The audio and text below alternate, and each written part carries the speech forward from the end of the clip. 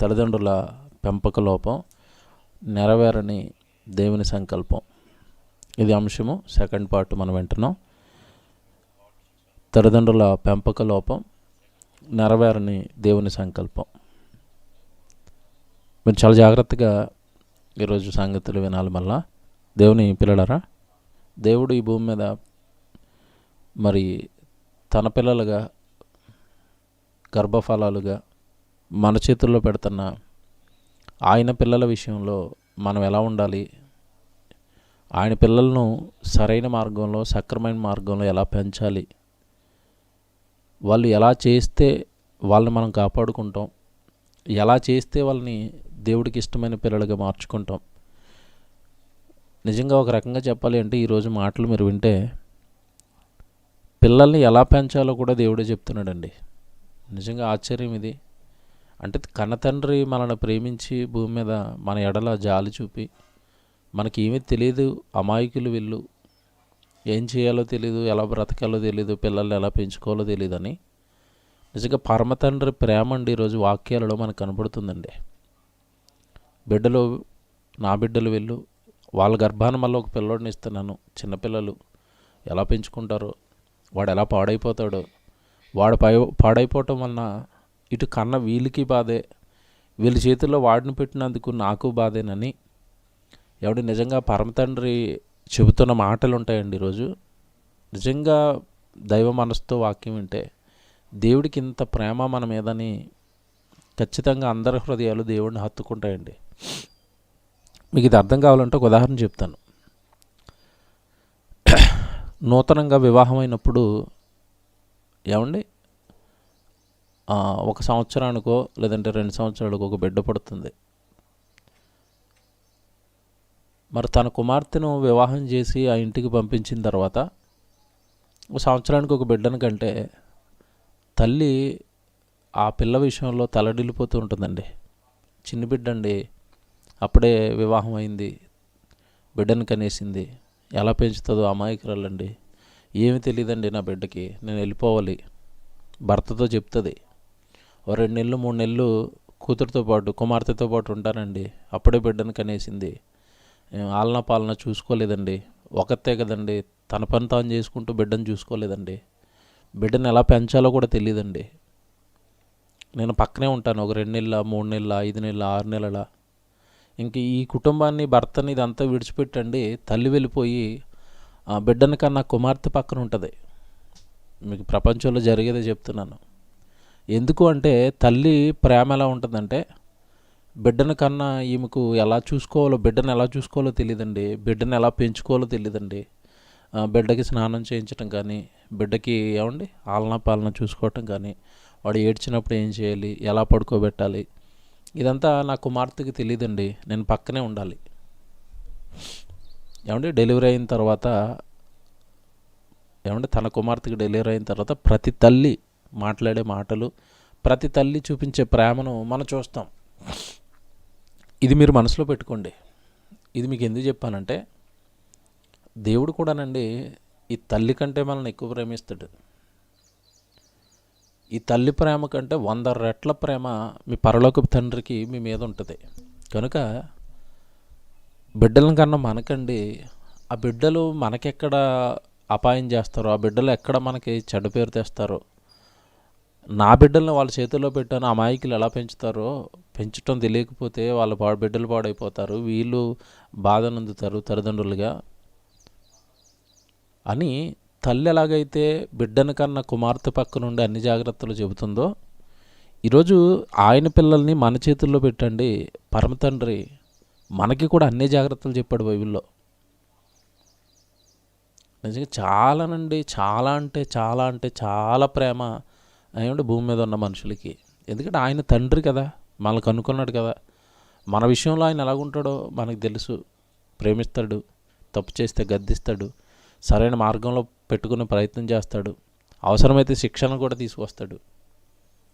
కొన్నిసార్లు మనలో ఉన్న భక్తి, విశ్వాసం, మనలో ఉన్న క్యాపబిలిటీ బయటపడడానికి సాతానికి కూడా అప్పగిస్తాడు. ఇవన్నీ కూడానండి దేవుడిచ్చే శిక్షణలు భూమి మీద.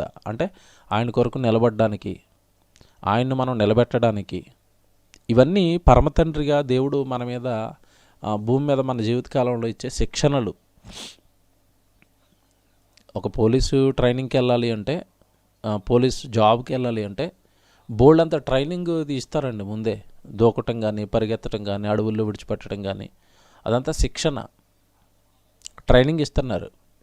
అలాగే ఆర్మీకి వెళ్ళాలంటే ఆ శిక్షణ మరీ ఓవర్గా ఉంటుంది, చాలా టఫ్ అంటే చాలా టఫ్గా ఉంటుంది.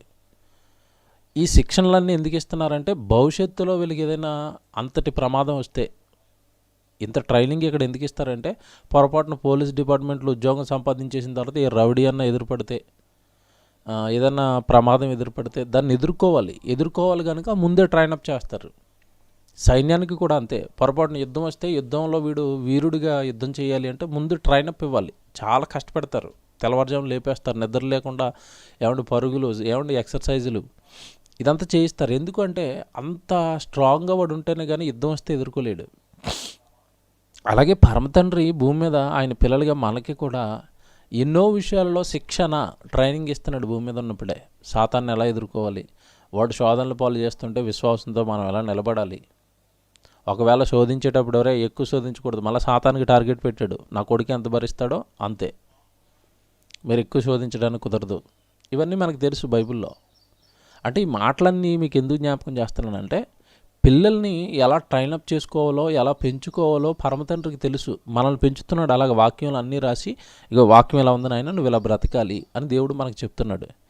అలాగే మన పిల్లల్ని, మన చేతుల్లో ఆయన పెట్టిన మన పిల్లల్ని మనం ఎలా పెంచాలో కూడా చెప్పాడు. నిజంగానండి, నిజానికి మనం మన చేతుల్లో ఉంటున్న ఈ గర్భఫలాలన్నీ కూడా మన పిల్లలు కాదు. నా కొడుకు, నా కూతురు, నా కొడుకు, నా కూతురు అంటాం కానీ మనం అసలు నిజానికి ఎవరి పిల్లలు వీళ్ళంతా అంటే దేవుని పిల్లలు. మీకు తెలుసు కదా, ఆయన పిల్లల్ని గర్భఫలాలుగా దేవుడు మన చేతుల్లో పెడుతున్నాడు. మన చేతుల్లో పెట్టి, నేను నా పిల్లల్ని నీ చేతుల్లో పెట్టాను నాయన, నా ఇష్ట ప్రకారం, నా వాక్యంలో, నా భక్తిలో, నా ప్రార్థనలో నాకు ఉపయోగపడేవారుగా మీరు వాళ్ళని పెంచాలి అన్నది దేవుడి ఆలోచన ప్రారంభం నుంచి. కనుక పిల్లల్ని దేవుడు మన చేతుల్లో పెట్టి వాళ్ళ పెంపకం, ఇదిగో నువ్వు ఇలా పెంచితే వాడు నాకు ఉపయోగపడతాడు, చివరికి నీకు ఉపయోగపడతాడు. నా పిల్లలు వాళ్ళు. ఒకసారి దేవుడు పిల్లల గురించి చెప్తాను ఒక మంచి మాట మీకు యెహెజ్కేలు గ్రంథంలో చూపిస్తాను. చూడండి, యెహెజ్కేలు గ్రంథం 16వ అధ్యాయము 20వ వచనం చూడండి బైబిల్లో. యెహెజ్కేలు గ్రంథం 16వ అధ్యాయము 20వ వచనం చూడండి బైబిల్లో. యెహెజ్కేలు గ్రంథం 16వ అధ్యాయము 20వ వచనం. మరియు నీవు నాకు కనిన కుమారులను కుమార్తెలను ఆ బొమ్మలు మృంగివేయునట్లు వాటి పేరట వారిని వధించితివి. నీ జారత్వము చాలకపోయిననియు నా పిల్లలను వధించి వాటికి ప్రతిష్ఠించి అప్పగించితివి. మరియు నీవు నాకు కనిన కుమారులను కుమార్తెలను, పిల్లల్ని మనం ఎవరి కొరకు కంటున్నామంట? దేవుడి కొరకు కంటున్నామంట. అలా చెప్పాడండి ఇక్కడ.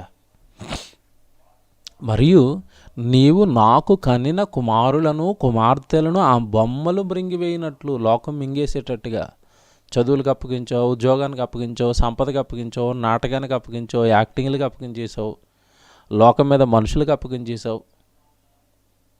చూసావా, నాకు కన్నావు పిల్లల్ని,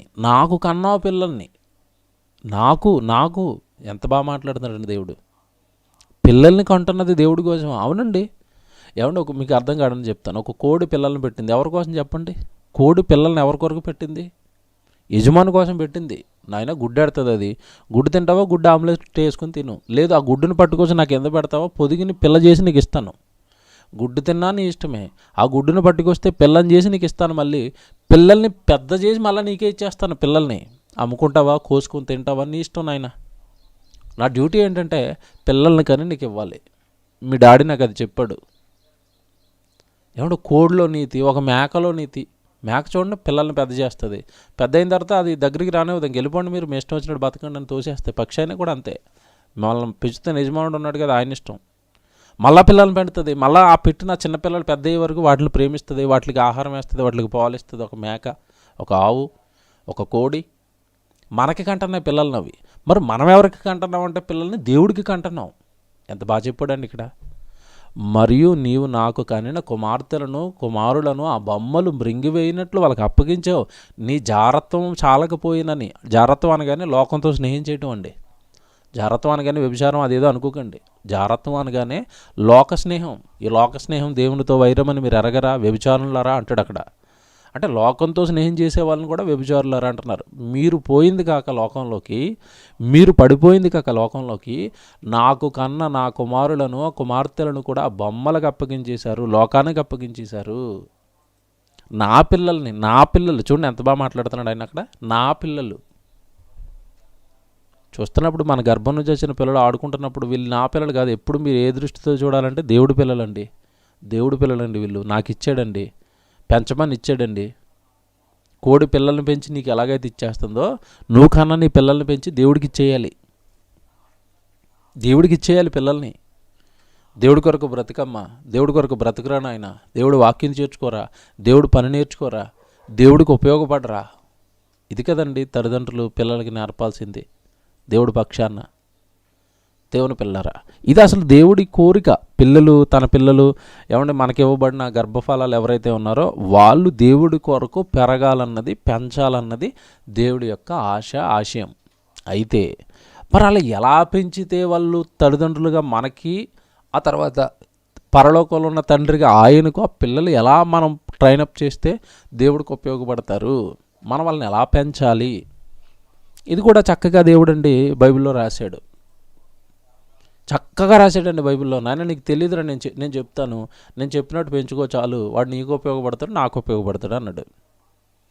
ప్రారంభంలో చెప్పాను ఒక ఉదాహరణ. తల్లి వెళ్ళిపోద్ది బిడ్డను కన్నా చిన్నపిల్ల దగ్గరికి వెళ్ళిపోయి, అమ్మ ఇలా పెంచుకోవాలి, ఇలా స్నానం చేయించాలి, స్నానం చేయించినప్పుడు ముక్కులోకి నీళ్ళు వెళ్ళకుండా ఇలా చేయాలి, చెవుల్లోకి నీళ్ళు వెళ్ళకుండా గుడ్లు పెట్టాలి, వాడిని ఇలా తొడవాలి, పౌడర్ ఇలా రాయాలి, వాడికి ఇలాంటి బట్టలు వేయాలి, నిమిషానికి ఒకసారి వాడు పాస్కేసేస్తూ ఉంటే డ్రైపర్ మారుస్తూ ఉండాలి, వాడు పడుకోవడానికి ఇలా పడుకోబెట్టాలి, ఎత్తుకునేటప్పుడు ఇలా ఎత్తుకోవాలి. తల్లి నేర్పుతుందిగా బిడ్డ విషయంలో.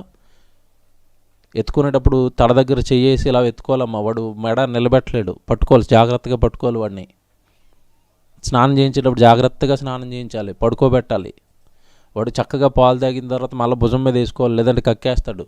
ఇన్ని జాగ్రత్తలు తల్లి ఎలాగ చెప్తుందో బిడ్డకి. చిన్న బిడ్డ అండి, బిడ్డను కనేసిందండి, నేను చెప్పాలండి అని తల్లి ఎలాగ ఆతృత పడుతుందో, పరమతండ్రి ఆయన్ని మన చేతుల్లో పెట్టిన మన బిడ్డల విషయంలో కూడా, అరే నాయన మీ బిడ్డలు ఎలా పెంచుకోవాలో చెప్తాను రా, నేను అలా పెంచుకోండి చాలు, నాకు ఉపయోగపడతారా అన్నాడు. ఎంత మంచి మాటలు ఉంటే తెలుసండి బైబిల్ ఇప్పటి నుంచి. దేవుని పిల్లలారా, నిజంగానండి నాకు కన్న తల్లి కనపడింది పిల్లల విషయంలో, కన్న తండ్రి ప్రేమ ఇలా పెంచండి వాళ్ళని కనపడిందండి. ఏంటి ఆ మాటలు? కొన్ని మాటలు చూద్దాం. దేవుడు ఇచ్చిన బిడ్డల విషయంలో ఒక మాట చెప్తున్నాడు. సామెతల గ్రంథం 23వ అధ్యాయానికి రండి. సామెతల గ్రంథం 23వ అధ్యాయము 13వ వచనం 14వ వచనం ఒకసారి చూద్దాం. సామెతల గ్రంథం 23వ అధ్యాయము 13, 14 వచనాలు చూద్దాం. నీ బాలురను శిక్షించుట మానుకొనకుము. ఏమండి, చాలా జాగ్రత్తగా వినాలి ఇది. నీ బాలురను శిక్షించుట మానుకొనకుము. తప్పు చేస్తే శిక్షించండి, మానొద్దు. గారాబం చేయొద్దు. కొండ అని వాడిని ఆకాశం మీద ఎక్కించి కూర్చోబెట్టొద్దు. ప్రేమించాలి, గద్దించాలి తప్పు చేస్తే. ఈ రెండు ఉంటేనే పిల్లలు మీకు దక్కుతారు. జాగ్రత్త. పెంచే విధానం. పెంచేటప్పుడు ఏమన్నా ఆ బిడ్డలు మీ చేతుల్లో పెట్టిన మీ తండ్రి మీకు చెప్తున్న మాటలు ఇవి. చాలామంది చూస్తున్నప్పుడు అండి, పిల్లలలో అతిగారం. వాడు ఏం చేసినా సరే, వాడు ఏం అడిగినా సరే తప్పండి. ఇది చాలా తప్పు, బైబిల్కి వ్యతిరేకం. మీ పిల్లలు మీకు దక్కరు. ఎందుకంటే వాక్యానికి విరుద్ధంగా మనం ఏం చేసినా కూడా ప్రమాదమే. నీ పిల్లల్ని ఏం చేయాలంట? మళ్ళీ చదువుతున్నాను. నీ బాలురను శిక్షించుట మానుకొనకుము. బెత్తముతో వానిని కొట్టిన ఎడల వాడు చావకుండును. శిక్షించాలి. మళ్ళా ఇక్కడ దేవుడు ప్రేమ ఎలా ఉంటుందంటే, దేవుడు చెప్పే విధానం ఎలా ఉంటుందంటే పర్ఫెక్ట్ అండి. నీకు వాడు తప్పు చేస్తే శిక్షించమన్నాడు. ఎలా శిక్షించాలి? చాలామందికి తెలియదండి. బెల్ట్లు తీసి వాతలు తేలిపోయేలాగా బెల్ట్ కూడా వేస్తారు. ఏమండి ఇంకా అక్కడ కొంతమంది తల్లులు ఉంటారండి మరీ దారుణ వాళ్ళు, వాళ్ళ చేతులు ఏది ఉంటే వాళ్ళ నెత్తి మీద వేసేస్తూ ఉంటారు, పిల్లల నెత్తి మీద. గరిట ఉంటే గరిట, తర్వాత చేతులు ఏది ఉంటే అది, ఏ వస్తువు ఉంటే అది వాళ్ళ నెత్తి మీద వేసేయటం, వాళ్ళని తోసేయటం, కొట్టే విధానం కూడా కొంతమంది పిల్లలది తల్లిదండ్రులు బాగోదండి. ఇతనికి ఉన్న కోపాన్నంతా, ఇతనికి ఉన్న బలాన్నంతా పిల్లల మీద ప్రయోగిస్తాడు. తప్పది, 100కి 100% మూర్ఖత్వం అది. చాలామంది పిల్లల్ని దేవుడు కొట్టమన్నాడు కదండి, కొడుతూనే ఉంటున్నారు. ఎలా కొడతాను నీకు ఇష్టం వచ్చినట్టుగా చేతితో దవడ మీద కొట్టేయటమా? ఇలా దవడ మీద కొట్టినప్పుడు కాస్త చెవి దగ్గర తగిలితే ఈ పక్క అంతా డ్యామేజ్ అయిపోయి నీకు దక్కడికాడు. నీ కోపం వస్తే నీ ఇష్టం వచ్చినట్టు కొట్టడం కాదు. తప్పు చెయ్యాలి, వాడు తప్పులో దొరకాలి, ఆ తప్పు గురించి ముందుగా శిక్షించాలి. శిక్షించిన తర్వాత 4 మాటలు వాడిని కూర్చోబెట్టుకుని, అరే మనం ఇలా చేయకూడదురా, మనం దేవుని పిల్లలం కదా, నువ్వు తప్పు చేయటం వల్ల నీకు అవమానం, నిన్ను అందరూ తప్పుడుగా చూస్తారు, నీ క్యారెక్టర్ పాడైపోతుంది, నిన్ను ఎవరు గౌరవించరు, నీకెవరు విలువివ్వరు, నువ్వు పాడైపోతావు, నీకు అవమానం వస్తుంది, తర్వాత నిన్ను కన్నతల్లిదండ్రులుగా మాకు వస్తుంది. ఇలా ఒక దెబ్బ కొట్టి ఇలా మంచి మాటలు వాడి చెవిలో వేయాలి. చాలామంది కొట్టమంటే పడా పడా పడా కొట్టడం, ఆడిని అవదగిస్తారు, ఎది కొట్టారో కూడా తెలియదు ఇల్లు. ఇదేంటిది? సైకోయిజం అంటారు దీన్ని. ఇలా కొడితే ఒప్పుకోడు దేవుడు. మళ్ళీ తన పిల్లలు మర్చిపోకండి, దేవుడు పిల్లలు. బాలురను శిక్షించుట మానుకొనకుము. శిక్షించు. ఎలా? బెత్తముతో వాడిని కొట్టిన ఎడల వాడు చావకుండును. అంటే చచ్చిపోయేంతగా కొడితే ఊరుకొని, మళ్ళీ వాడికి చావు వచ్చేంతగా ఏదో నెత్తి మీద గుద్దేయటం, దవడ మీద కొట్టేయటం, ఇష్టం వచ్చినట్టుగా తోసేయటం, గెంటేయటం, ఇవన్నీ దేవుడికి నచ్చవు. నీకు కోపం వస్తే ఖచ్చితంగా బెత్తం తీసుకుని బెత్తంతో కొట్టు. అంటే బెత్తంతో కొడితే వాడు కాస్త దెబ్బ తగులుతుంది, బోధ వస్తుంది, వాడు ప్రాణానికి ఎలాంటి అపాయము ఉండదు. ఇది దేవుడు చెప్తున్నది. దేవుని పిల్లలారా, ఇవన్నీ మీరు ఆలోచించి కిందకి వెళ్ళేసరికి ఒక మాట చెప్తాడు. బెత్తముతో వానిని కొట్టిన ఎడల వాడు చావకుండును, బెత్తముతో వానిని కొట్టిన ఎడల, చూడండి జాగ్రత్తగా, బెత్తముతో వాని కొట్టిన ఎడల పాతాళమునకు పోకుండా వాని ఆత్మను నీవు తప్పించెదవు. ఎంత మంచి మాట అండి. పాతాళానికి పోకుండా వాని ఆత్మను నువ్వు తప్పిస్తావు. పాతాళానికి పోకుండా వాని ఆత్మను నువ్వు తప్పిస్తావు. ఇప్పుడు కొట్టవలసింది ఏ విషయంలో? మీరు జాగ్రత్తగా వినాలి. ఇది చాలామంది కొట్టడంలో కూడా ఏ విషయంలో కొట్టడానికి దేవుడు పర్మిషన్ ఇచ్చాడు? జాగ్రత్తగా వినండి. వాక్యాన్ని మనకిష్టం వచ్చినట్టుగా అప్లై చేసేసుకుని పిల్లల మీద రుద్దేస్తానంటే ఇంకొక రకమైన కేసు మీ మీద అప్లై అవుతుంది. కొట్టమన్నాడు దేవుడు ఇక్కడ, శిక్షించమన్నాడు దేవుడు ఇక్కడ. ఏ విషయంలోనంటే వాడు ఆత్మకు సంబంధించిన సంగతులలో మాత్రమే మీరు శిక్షించడానికి దేవుడు పర్మిషన్ ఇచ్చాడు. వాక్యం నేర్చుకోవటం లేదా? దేవుడి దగ్గరికి రావటం లేదా?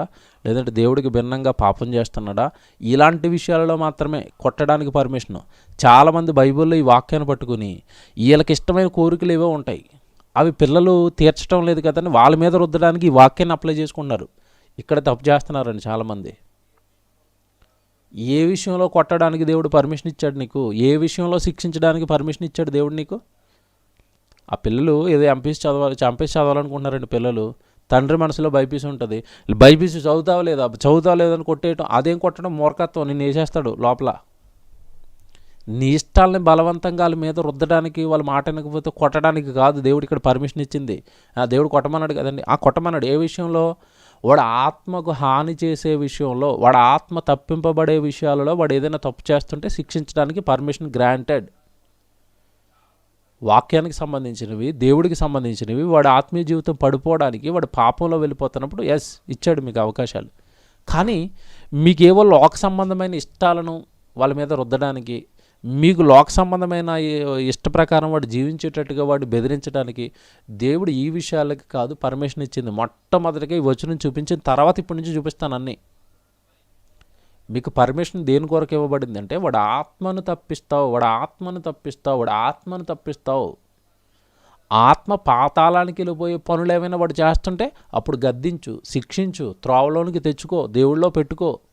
ఇది దేవుడు పిల్లల విషయంలో, పెంపకం విషయంలో ఖచ్చితంగానైనా నీ చేతిలో బెత్తం ఉండాలి. కానీ వాడు ఆత్మను తప్పించే విషయాలలో బెత్తం ఉండాలి. ఆత్మ తప్పిపోతున్నప్పుడు నువ్వు సీరియస్ అవ్వాలి. దేవుడు మాటలు వినప్పుడు నువ్వు సీరియస్ అవ్వు. చాలామంది అసలు ఇక్కడ రివర్స్లో ఉంటారు. మన చాలామంది తల్లిదండ్రులు జాగ్రత్తగా వినాలి, మీరు చేస్తున్న తప్పు మీకు తెలియాలి. చాలామంది ఇక్కడ రివర్స్లో ఉంటారు. దేవుడి గురించి వాళ్ళు ఏమి రాకపోయినా, దేవుడి గురించి వాళ్ళు ఏమి నేర్చుకోకపోయినా మాట చెప్పి వదిలేస్తారండి. లోక సంబంధమైన ఏమైనా నేర్చుకోకపోతే అప్పుడు ఉగ్ర రూపం చూపించేస్తారు. అసలు ఏమైపోతారంటే ఇక రౌడీలు అయిపోతారు. ఇక కోపం, రౌద్రం ఏ విషయాల్లో? లోక సంబంధమైన విషయాల్లో. వాళ్ళు వాక్యం నేర్చుకున్నప్పుడో, వాక్యం చదవనప్పుడో, దేవుడు పరీక్షలు రాయినప్పుడో, లేదా దేవుడు పరీక్షలకి చదవనప్పుడో ఈ విషయాల్లో మీరు ఎందుకు సీరియస్ అవ్వరు? దేవుడి విషయాల్లో సీరియస్ అవ్వండి. లోకమేమో చెత్తని నేర్పించండి చిన్నప్పటి నుంచే వాళ్ళకి. అసలు మీలోనే ఇది లేదు. లోక సంబంధమైన వాటిల్లో చదువుకోకపోతే పెద్ద సీరియస్ అయిపోవటం, ఓ రోజు స్కూల్కి వెళ్ళకపోతే సీరియస్ అయిపోవటం. ఎప్పుడైనా సండే స్కూల్కి వెళ్ళకపోతే సీరియస్ అవుతారా? ఏ రోజైనా వాళ్ళు బైబిల్ చదువుకోకపోతే సీరియస్ అవుతున్నారా? ఏ రోజైనా వాడు లేవంగానే ప్రార్థన మర్చిపోతే సీరియస్ అవుతున్నారా? వాక్యం వినడానికి నెట్ట ముందు కూర్చోకపోతుంటే పిల్లలు సీరియస్ అవుతున్నారా? వీటిలో సీరియస్ అవ్వాలి. మనమేమో వీటి దగ్గర ఏమో నిమ్మక నీరెత్తినట్టుగా ఉంటాం, మిగతా వాటిలో మాత్రం ఉగ్ర రూపం చూపిస్తాం. ఇది మన భక్తిహీనతే, ఇది మన లోపమే. లోక సంబంధమైన విషయాలలో కోప్పడమనో, లేదంటే దండించమనో, శిక్షించమనో చెప్పలేదు. వాడు ఆత్మకు సంబంధించిన విషయాల్లో నాయన నువ్వు సీరియస్గా ఉండాలి. వాడు ఆత్మకు సంబంధించిన వాటిలో సీరియస్గా ఉండాలి. లేదంటే వాడికి జరిగే ప్రమాదం ఏంటో తెలుసా? మీకు తెలియదండి. వాడికి జరిగే ప్రమాదం ఏంటో తెలుసా? వాడు చిన్ననాటి నుండే భయపెట్టో మీరు భక్తిలోనికి తేకపోతే, దేవుడి దగ్గరికి తేకపోతే వాడు ఆత్మపాతాళానికి జారిపోతుంది. లోకంలో కారు ఇచ్చేశారు, ఇల్లు ఇచ్చేశారు, ఉద్యోగం ఇచ్చేశారు, వ్యాపారం ఇచ్చేశారు, అందులో కూరుకుపోయేటట్టుగా చేసి చివరికి ఆడ ఆత్మ పాతాళానికి పంపించారు. ఏడవరా మీరు? ఎల్లకాలం పిల్లలు పాతాళానికి వెళ్ళిపోతే? ఒక చిన్న దెబ్బ తగిలితే తట్టుకోలేరుగా మీ పిల్లలకి? ఒక చిన్న దెబ్బ తగిలితే తట్టుకోలేరుగా? ఒక చిన్న వాళ్ళ కళ్ళంపై నీళ్ళు వస్తే ఏడుస్తుంటే మీరు తట్టుకోలేరుగా? అలా తట్టుకోలేనప్పుడు ఆడ శాశ్వతంగా నీకు నీ పరమ తండ్రికి దూరం అయిపోయి పాతాళానికి వెళ్ళిపోతాడు. ఈ విషయాల్లో నువ్వు సీరియస్గా లేకపోతే అప్పుడు ఇంకెంతకాలం ఏడుస్తావు? యుగయుగాలు ఏడుపు కదా. అటుపక్క ఆడేడ్చి, ఆడిని చూసి నువ్వేడ్చి, మీ ఇద్దరిని చూసి పరమ తండ్రి ఏడ్చి. ఇంత ఇంత ఇంత జరగడానికి గల కారణం ఏంటంటే వాడు ఆత్మకు సంబంధించిన విషయాల్లో నువ్వు సీరియస్గా లేకపోవటం. చాలామంది తల్లిదండ్రులు ఇక్కడే. చదువు విషయంలో ఉన్నంత శ్రద్ధ అండి దేవుడు మాటల విషయంలో ఉండదు. లోక సంబంధమైన వాటి మీద ఉన్నంత శ్రద్ధ వాడు ప్రార్థన చేయకపోతే ఉండదు, వాడు వాక్యం చదువుకోకపోతే ఉండదు. సీరియస్ అవ్వరు. వద్దు. ఖచ్చితంగా బెత్తం పట్టండి దేవుడి విషయంలో. ఖచ్చితంగా దేవుడి విషయంలో బెత్తం పట్టండి. దేవుడు పర్మిషన్ గ్రాంటెడ్. వెయ్యినైనా వెయ్యి. ఎందుకు వెయ్యాలి చెప్తాడు ఇప్పటి నుంచి కారణాలు. ఎందుకు ఏమండి? పరమ తండ్రికి ఏమండి ఇలా చేతులు పెట్టి ప్రతిసారి చెప్తానండి, వాక్యానికి చేతులు జోడించాలండి మనం. ఎందుకు శిక్షించాలో కూడా దేవుడు చెప్తాడు. మళ్ళీ శిక్షించకపోతే వాడు నీ మాట వినడు నాయన, ఎందుకు చెప్తాడు ఇప్పటి నుంచి కారణాలు. ఇప్పటి నుంచి చాలా వాక్యాలలో ఆయన కారణాలు చెప్పుకుంటూ వెళ్తాడు. ఇదిగో ఇందుకు మీరు శిక్షించాలి అని ఏమంటే దేవుడు చక్కగానండి చెప్పుకుంటూ వెళ్తాడు. దేవుని పిల్లలారా, ఇప్పుడు ఈ విషయాలలో మీరు వాడు చేయి పట్టుకోకపోతే, వాడు దోపిడీలు చేసేవాడుగా, వాడు దొంగతనాలు చేసేవాడుగా, వాడు నేరాలు చేసేవాడుగా, ఇటు తల్లిదండ్రులుగా మీకు చెడ్డ పేరు తెచ్చేవాడుగా, అటు సమాజానికి చెడ్డ పేరు తెచ్చేవాడుగా, కన్న తల్లిదండ్రులకు ఏమండి చెడ్డ పేరు తెచ్చేవాడిగా వాడి జీవితం అనేది ఎదిగిపోతుంది. 29వ అధ్యాయం కూడా చూడండి. ఇదే సామెతల గ్రంథం 29వ అధ్యాయం అండి. 29వ అధ్యాయము 15వ వచనం చూడండి. 29:15. 29వ అధ్యాయము 15వ వచనం చూస్తే, బెత్తమును గద్దింపును జ్ఞానము కలగజేయును. ఎంత బాగుంది చూడండి. 15వ వచనం 29 సామెతలు. బెత్తమును గద్దింపును జ్ఞానము కలగజేయును, అదుపు లేని బాలుడు తన తల్లికి అవమానము తెచ్చును. మీరు వదిలిపెట్టే గారాలు కొండ అని ముద్దెట్టుకుని ఎత్తుకుంటున్నారనుకోండి, వాడు తప్పు చేసిన. బెత్తం పట్టుకుంటే గద్దిస్తే అదుపులో ఉంటాడు. బెత్తం పట్టుకుంటే ఎవడు గద్దిస్తే వాడు చక్కగా జ్ఞానవంతుడు అవుతాడు. మీరు వదిలేశారనుకోండి, తల్లికి అవమానము తెచ్చును అన్నాడు చూడండి. తల్లికి అవమానం తెచ్చును. వాడు తప్పు చేస్తుంటే, వాడు పాపం చేస్తుంటే, వాడు బూతులు మాట్లాడుతుంటే, ఏమంటే వాడు భయంకరమైన స్థితిలో వాడు చిన్నప్పుడే వాడు ఉంటే వాడిని చూడగానే అందరూ ఏమంటారండి, వీడేంటంటే ఇలాగున్నాడు. వెంటనే అందరి ఆలోచనలు ఎవరి మీదకి వెళ్తుందంటే, తల్లి ఏం చేస్తుందండి, వీడికి ఏమి నేర్పుకోలేదా? తల్లి ఏమి మంచి మాటలు నేర్పలేదా? తల్లి ఏమి పట్టించుకోదా ఈ బిడ్డని? వీడేంటి ఇలా పెరుగుతున్నాడు, వీడేంటి ఇలా మాట్లాడుతున్నాడు? చూసుకోవాలి కదండి తల్లి, చూసుకోవాలి కదండి తండ్రి. చూసారా? అవమానము తెస్తాడు, నీకు అవమానం తెస్తాడు. వాడి ప్రవర్తనని, వాడి మాటని, వాడి తీరును, వాడి జీవితాన్ని నువ్వు జాగ్రత్తగా నడతలని కనిపెట్టుకుని వాడు ఎలా జీవిస్తున్నాడు, ఏం చేస్తున్నాడు, ఏ సహవాసాలలో ఉంటున్నాడు, ఎలా మాట్లాడుతున్నాడు, ఇవన్నీ నువ్వు కనిపెట్టుకోకపోతే తల్లిగా రేపన్న రోజు నీ పెంపకానికి అవమానం. అప్పుడప్పుడు చూడండి, వివాహం అయిపోయిన తర్వాత ఏమంటే ఆ ఇంటికి వెళ్ళిన ఈ ఇంటి నుంచి ఆ ఇంటికి వెళ్ళిన ఆడపిల్ల అండి, భారీగా ఇంటికి వెళ్ళిన తర్వాత, కోడలుగా ఇంటికి వెళ్ళిన తర్వాత అక్కడ ఏదైనా తప్పులు చేస్తుంటే, ఏంటమ్మా ఇలా చేస్తున్నావు, మీ అమ్మ నీకు ఏం నేర్పలేదా అంటారు ఆడపిల్లల విషయంలో. వీళ్ళు ఇంట్లో ఉండగా ఏం పనులు ఏమి నేర్పరు వీళ్ళు. ఓ గారం కొండ బంగారం అంటారు ఇంట్లో పడుకోబెట్టి. వాళ్ళకి ఏ పని నేర్పరు. వివాహం అయిపోయి వయసు వచ్చేస్తుంది, వివాహం చేసేస్తారు, వెళ్ళిపోతారు అక్కడికి. వెళ్ళిపోయిన తర్వాత అక్కడ ఏ పనులు రావు. ఏ పనులు రాకపోతుంటే నింద ఎవరికి వస్తుంది తెలుసండి? ఏమి నేర్పిందమ్మా మీ అమ్మ, ఏమి నేర్పింది, ఏమి నేర్పలేదా నీకు? చూసారు, అంతకాలం కష్టపడి కానీ పెంచుకున్న చివరికి తల్లికి ఏమొచ్చిందంటే మాట. తల్లికి మాట వచ్చింది. కాబట్టి పిల్లల్ని జాగ్రత్తగా పెంచుకోవాలి, పిల్లలకి అన్నీ నేర్పుకోవాలి, పిల్లలకి కష్టం తెలియాలి, పిల్లలకి మీ శ్రమ తెలియాలి, పిల్లలకి జీవితం విలువ తెలియాలి, పిల్లలకి పాపం చెడు అంటే ఏంటో తెలియాలి. ఆ పాపం చేస్తే చెడ్డ పేరు వస్తుందన్న భావన వాళ్ళ హృదయాలలో చిన్నప్పటి నుంచి కలిగించాలి. లేదా అదుపు తప్పిందా మీ కుమార్తె, తల్లికి అవమానం వచ్చును. అమ్మా, నీ బిడ్డ వల్లే నీ ఖ్యాతి పాడైపోతుంది, నీ బిడ్డ వల్లే నీకు అవమానం వస్తుంది. తల్లి జాగ్రత్తరా, మీ బిడ్డను చూసుకో. ఎంత జాగ్రత్తలు అండి, ఎవరు చెప్తారండి ఇన్ని జాగ్రత్తలు? ఎంత బాగా రాస్తున్నాడండి దేవుడు. ప్రారంభంలో చెప్పానుగా, ఒక తల్లి తన కుమార్తెకి ఎలా నేర్పుకుంటుందో బిడ్డని కన్న తర్వాత, బిడ్డల్ని చేతిలో పెట్టిన దేవుడండి వాళ్ళ పెంపకం విషయంలో ఇన్ని మాటలు మాట్లాడుతున్నాడండి. అదుపులేని బాలిక తల్లికి ఖచ్చితంగా అవమానం తెస్తుంది. వాడు కంట్రోల్లో ఉండాలి, మీ మాట వినాలి, వాళ్ళ మాట మీరేంటి వింటే. చాలామంది చోట్ల ఎలా ఉంటుందంటే కుటుంబంలో విషయం, పిల్లలు ఆర్డర్ వేస్తూ ఉంటారు, వీళ్ళు దాన్ని శిరసావహిస్తూ ఉంటారు. కళ్ళు ఎరజేస్తే కళ్ళల్లో కోపం వచ్చిందనేసరికి ఆగిపోవాలి పిల్లలు. అలా పెంచాలి. డాడీ సీరియస్గా ఉన్నాడు, మమ్మీ సీరియస్గా ఉందనేసరికి బక్క జిక్కిపోయి ఆగిపోవాలి వాళ్ళు. ఆ కంట్రోల్లో ఉండాలి, మీ కమాండ్లో ఉండాలి వాళ్ళు. ప్రేమించండి, ప్రేమగా ఉన్నప్పుడు, జాలీగా ఉన్నప్పుడు ఆడితో ఆడుకుంటాం, వాడికి కావాల్సిన అన్నీ ఇస్తాం. కానీ తప్పు చేస్తే మాత్రం ఉగ్ర రూపం చూపించాల్సిందే. కంట్రోల్లో ఉండరండి పిల్లల విషయం. మీకు తెలీదు, కొంచెం లూజ్ ఇచ్చినా కూడా వాళ్ళు మీ కంట్రోల్ తప్పుతారు వాళ్ళు. మమ్మీ ఏమందలే ఏం చేసినా, డాడీ ఏమండలే ఏం చేసినా, అది ఇచ్చారా మీరు అయిపోయినట్టేనండి. కంట్రోల్లో పెట్టుకోమన్నాడు. అదుపు లేని బాలుడు అన్నట్టుగా అదుపులో పెట్టుకో. నీ అదుపులో ఉండాలి వాడు, నీ అదుపులో ఉండాలి. నీ కోపం వచ్చేసరికి భయపడాలి, నువ్వు వద్దనేసరికి మానేయాలి. నీ మళ్ళీ చెప్తున్నాను, నువ్వు వద్దంటే వాడు మానేయాలి. అంతలా వాడిని కంట్రోల్లో పెట్టుకో. చిన్నప్పటి నుంచే చెడు చెప్పు, మంచి చెప్పు. నాన్న నేను ఒకటి వద్దన్నాను అంటే అది నీకు చెడు చేస్తుందిరా, నేను వద్దన్నానంటే వద్దంతే, అది నీకు చెడు చేస్తుంది. అవును, డాడీ వాడి మనసులో ఎలా క్రియేట్ అవ్వాలంటే, ఆ డాడీ చెప్పాడంటే నాకు ఏదో మంచి ఉంటుందండి. అలాగని ఊరకనే మీరు ఈ కోప్పడమన్నారు కదని ఓన్లీ కళ్ళు ఎర్రగా చేసినంత మాత్రాన విషయం వాడికి అర్థం కాదు. ఒరే వద్దానా నువ్వు ఆగిపోవాలి. దానివల్ల వచ్చే నష్టాలు చెప్పండి వాడికి. అంటే వాడు బ్రెయిన్ని చిన్నప్పటి పిల్లలతో మాట్లాడుకోరండి చాలామంది. వీళ్ళు ఊరకనే కోప్పడిపోతూ ఉంటారు. వీళ్ళు ఎందుకు కోపడుతున్నారో వాళ్ళకి అర్థం కాదు. ఇది కూడా ఉంది చాలా చోట్ల. కోప్పడమాడు కదని నువ్వు కల్లర్ చేసేస్తానంటే వాడికి విషయం అర్థం కావాలిగా. అరే డాడీ నేను ఇది వద్దంటానన్నా, ఎందుకు వద్దంటాను కూడా చెప్తాను నీకు. ఇది తిన్నావు అనుకో ఇది నీ పల్లెలాగా అయిపోతాయిరా, ఇది తిన్నావు అనుకో నీ ఆరోగ్యం ఇలా పాడైపోద్దిరా, ఇది వేసుకున్నావు అనుకో నువ్వు ఇలా కింద పడిపోతావురా, అందుకురా నేను వద్దంటున్నది. ఊరకనే కాదురా, నీకు నష్టం చేస్తుందిరా. అలా మనసు విప్పి వాళ్ళకి జరిగే నష్టాన్ని వాళ్ళకి కళ్ళకు కట్టినట్టుగా చెబుతున్నప్పుడు, డాడీ ఎందుకు చెప్తున్నాడా, డాడీ ఎందుకు వద్దంటున్నాడా, ఓకే డాడీ చెప్పాడంటే ఏదైనా రైటే.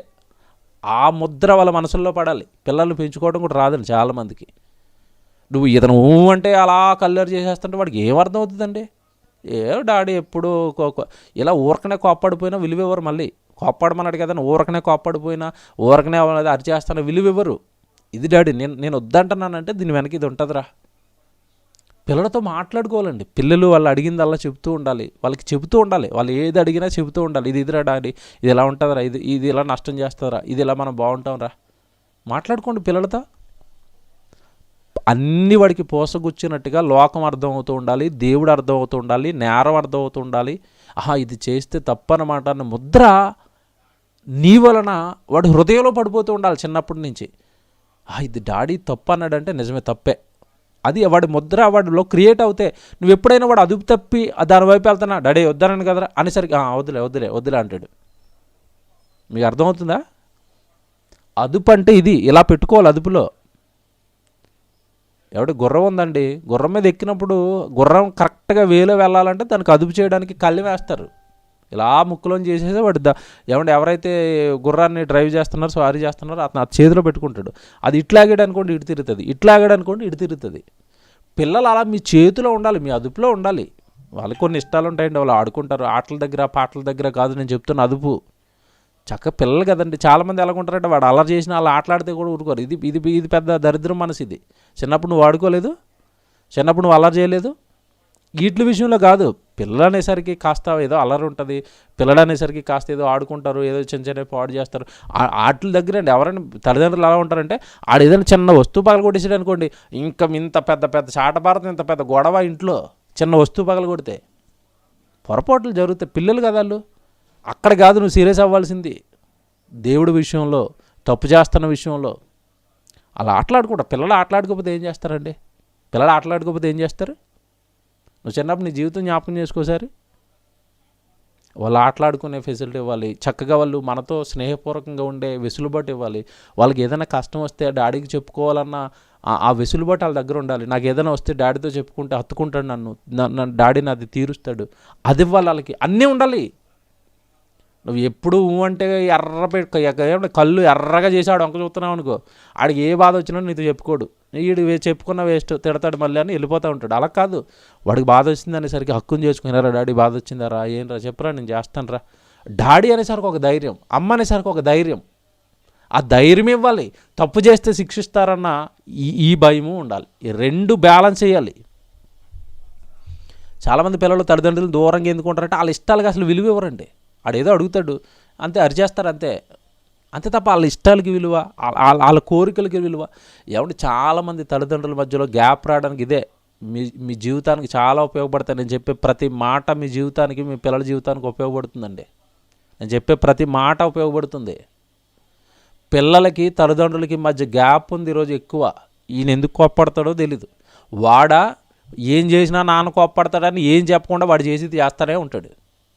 చూసారా, ఇది మీరు చేస్తున్న తప్పు. హక్కుని చేర్చుకోండి. డాడీ అనేసరికి ఒక ధైర్యం, మమ్మీ అనేసరికి ఒక ధైర్యం. నాకు ఏదైనా చెప్తే వాళ్ళు రియాక్ట్ అవుతారు, నేను ఏదైనా చెప్తే వాళ్ళు నన్ను నా ఇష్టాన్ని గౌరవిస్తారు, అవి ఉండాలి. తప్పు చేస్తే మాత్రం ఊరుకోరు, ఇది ఉండాలి. ఈ బ్యాలెన్స్ లేదు చాలామంది దగ్గర. అందుకే ఈ పిల్లలు తల్లిదండ్రుల మాట వినరు, తల్లిదండ్రులు ఏమో వాళ్ళు పట్టించుకోరు. పాడైపోద్దండి కుటుంబం. మీ పిల్లలు మీకు దక్కరు. మీకు చివరికి మీ భవిష్యత్తులో మీకు ఎదిగిన తర్వాత వాళ్ళు మీకు అవమానాన్ని తెస్తారు. కొన్ని పిల్లల నుండి ఈ టెక్నిక్ మీరు ఫాలో అవ్వండి. పిల్లల్ని ప్రేమతో చెప్పుకొని మార్చుకునేవి కొన్ని ఉంటాయి. దగ్గర కూర్చోబెట్టుకుని పక్కన కూర్చోబెట్టుకుని చెప్పి మార్చుకునేవి కొన్ని ఉంటాయి. వాడు అలా చెప్తే వింటాడు. ప్రతిదానికి బెత్తం, ప్రతిదానికి గొడవ, ప్రతిదానికి అరుపులు, ప్రతిదానికి కేకలు అవసరం లేదు. చెబితే కూడా వింటారు వాళ్ళు. నీకు చెప్పుకొని తీరు తెలియాలి, వీడికి ఇలా చెప్తే వింటాడు. కనుక పిల్లల విషయంలో జాగ్రత్త. పిల్లలు చేయి దాటారా నిజంగా నరకం, అది భరించలేమండి. నా పిల్లలు నా మాట వినరన్నంత నరకం ఇంకొకటి లేదు. కారణం మీరు చేసిన తప్పే. చిన్ననాటి నుండి అదుపులో పెట్టుకోలేదు. ఎంత బాగా రాశాడు చూసారా, అదుపులో పెట్టుకోండి, అదుపులో పెట్టుకోండి. తర్వాత కీర్తనల గ్రంథానికి రండి. మరొక మంచి మాట అండి, కీర్తనల గ్రంథం 58వ అధ్యాయం మీరు చూడండి. కీర్తనల గ్రంథం 58వ అధ్యాయము 3వ వచనం చూడండి.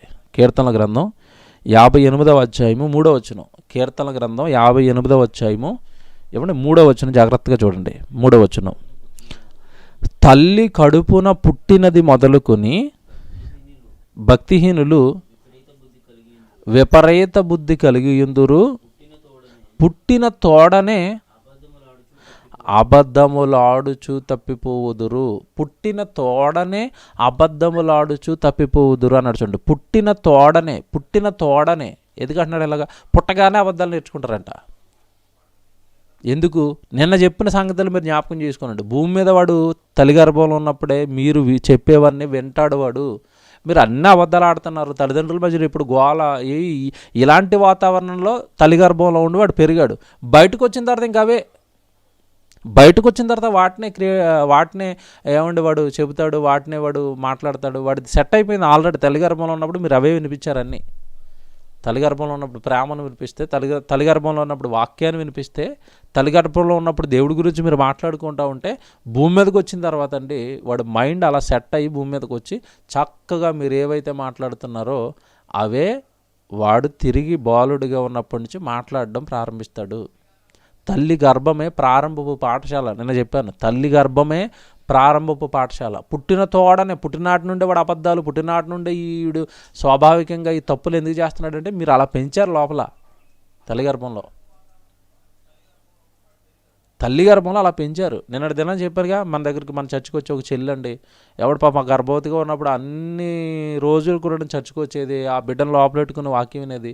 ఈరోజు ఆడబిడ్డ పుట్టింది, ఏమంటే మన ల్యాప్టాప్లో మన వాక్యం పెట్టగానే, చిన్నపిల్లలు ఎవరండి దేవుడు మాట్లాంటారు, ఆ పిల్లలు అలా కూర్చుని అలాగే వింటుందంట, అల్లరి చేయదంట, కేకలేదంట. చక్కగా ఇలా ప్రార్థన చేసుకున్నప్పుడు చప్పట్లు కొట్టమంటే ఇలాగ అంటుందంట, ప్రార్థన చేసుకోండి అంటే కళ్ళు మూసుకోండి. చూడండి, చిన్ని బిడ్డ అండి. నాకు భలే ఆనందం వేసింది. ఎందుకు ఆ బిడ్డ అలా తయారైందంటే, గర్భంలో ఉన్నప్పుడు తల్లిగాడ ఇంట్లో ఉండి 24 గంటలు టీవీ పెట్టుకుని సీరియళ్ళు, ఏమండి ఈ భయంకరమైన మర్డర్ల న్యూస్లు, చంపుకునే న్యూస్లు ఇవి చూడకుండా ఆవిడ కూడా పాపం భక్తిగా ఏమంటే చక్కగా గర్భంతో ఉన్నంతకాలం, ఇంట్లో ఉన్నంతకాలం ఏమంటే అలా ముందు ల్యాప్టాప్లో వాక్యాలు పెట్టుకుని దేవుడు మాటలు వింటూ ఉంటే, లోపల ఉన్న బిడ్డ కూడా దేవుడు మాటలు విన్నదే. మంచి బిడ్డ పుట్టిందండి.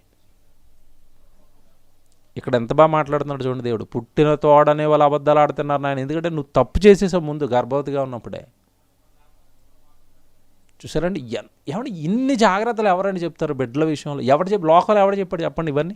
లోకంలో ఎవడు చెప్పాడంటే బిడ్డలు ఇలా పాడైపోతారు, ఇలా చేయాలి, ఇలా చేయాలి, ఇలా చేయాలి, ఇదిగో ఇలా చేస్తారు, ఇలా ఉండాలి, ఇలా పెంచుకోవాలి. ఎంత చక్కగా ఉన్నాయండి తండ్రి మాటలు. అమాయకులు అని మనం అమాయకులు అని తెలుసండి. మన బిడ్డల వల్ల మనకి నష్టం వస్తుందని, మన బిడ్డల వల్ల మనకు అవమానం వస్తుందని తల్లిగా, అమ్మ నీకు అవమానం తెస్తాడు వాడు, ఇలా దారి తప్పాడు, జాగ్రత్తగా చూసుకో అంటున్నాడు. తండ్రి, నాయన నీకు అవమానం తెస్తాడు వాడు, నేను సంతోషపెట్టాడు. తండ్రిగా నీకు అవమానం తెచ్చేవాడికి అయిపోతుంది, జాగ్రత్త చూసుకోరా నాయన. ఎంత బాగున్నాయి దేవుడు మాటలు, మన తండ్రి మాటలు ఇవి. మనల్ని ప్రేమించి మన పిల్లల విషయంలో దేవుడు మనకి ఇస్తున్న ఆజ్ఞలండి ఇవి. ఎంత బాగున్నాయండి మాటలు. ఏమండి, ఇంకా మీరు చూస్తే మరొక మాట అండి, ఒకవేళ తల్లిదండ్రులుగా మనం ఈ బాధ్యతను మరిచామా, ఏమండి ఎంత దారుణంగా పిల్లలు మారిపోతారో కూడా చెప్పాడండి. అలాగే సామెతల గ్రంథంలో ఒక మంచి మాట మీరు సామెతల గ్రంథం 19వ అధ్యాయానికి రండి. సామెతల గ్రంథం 19వ అధ్యాయము.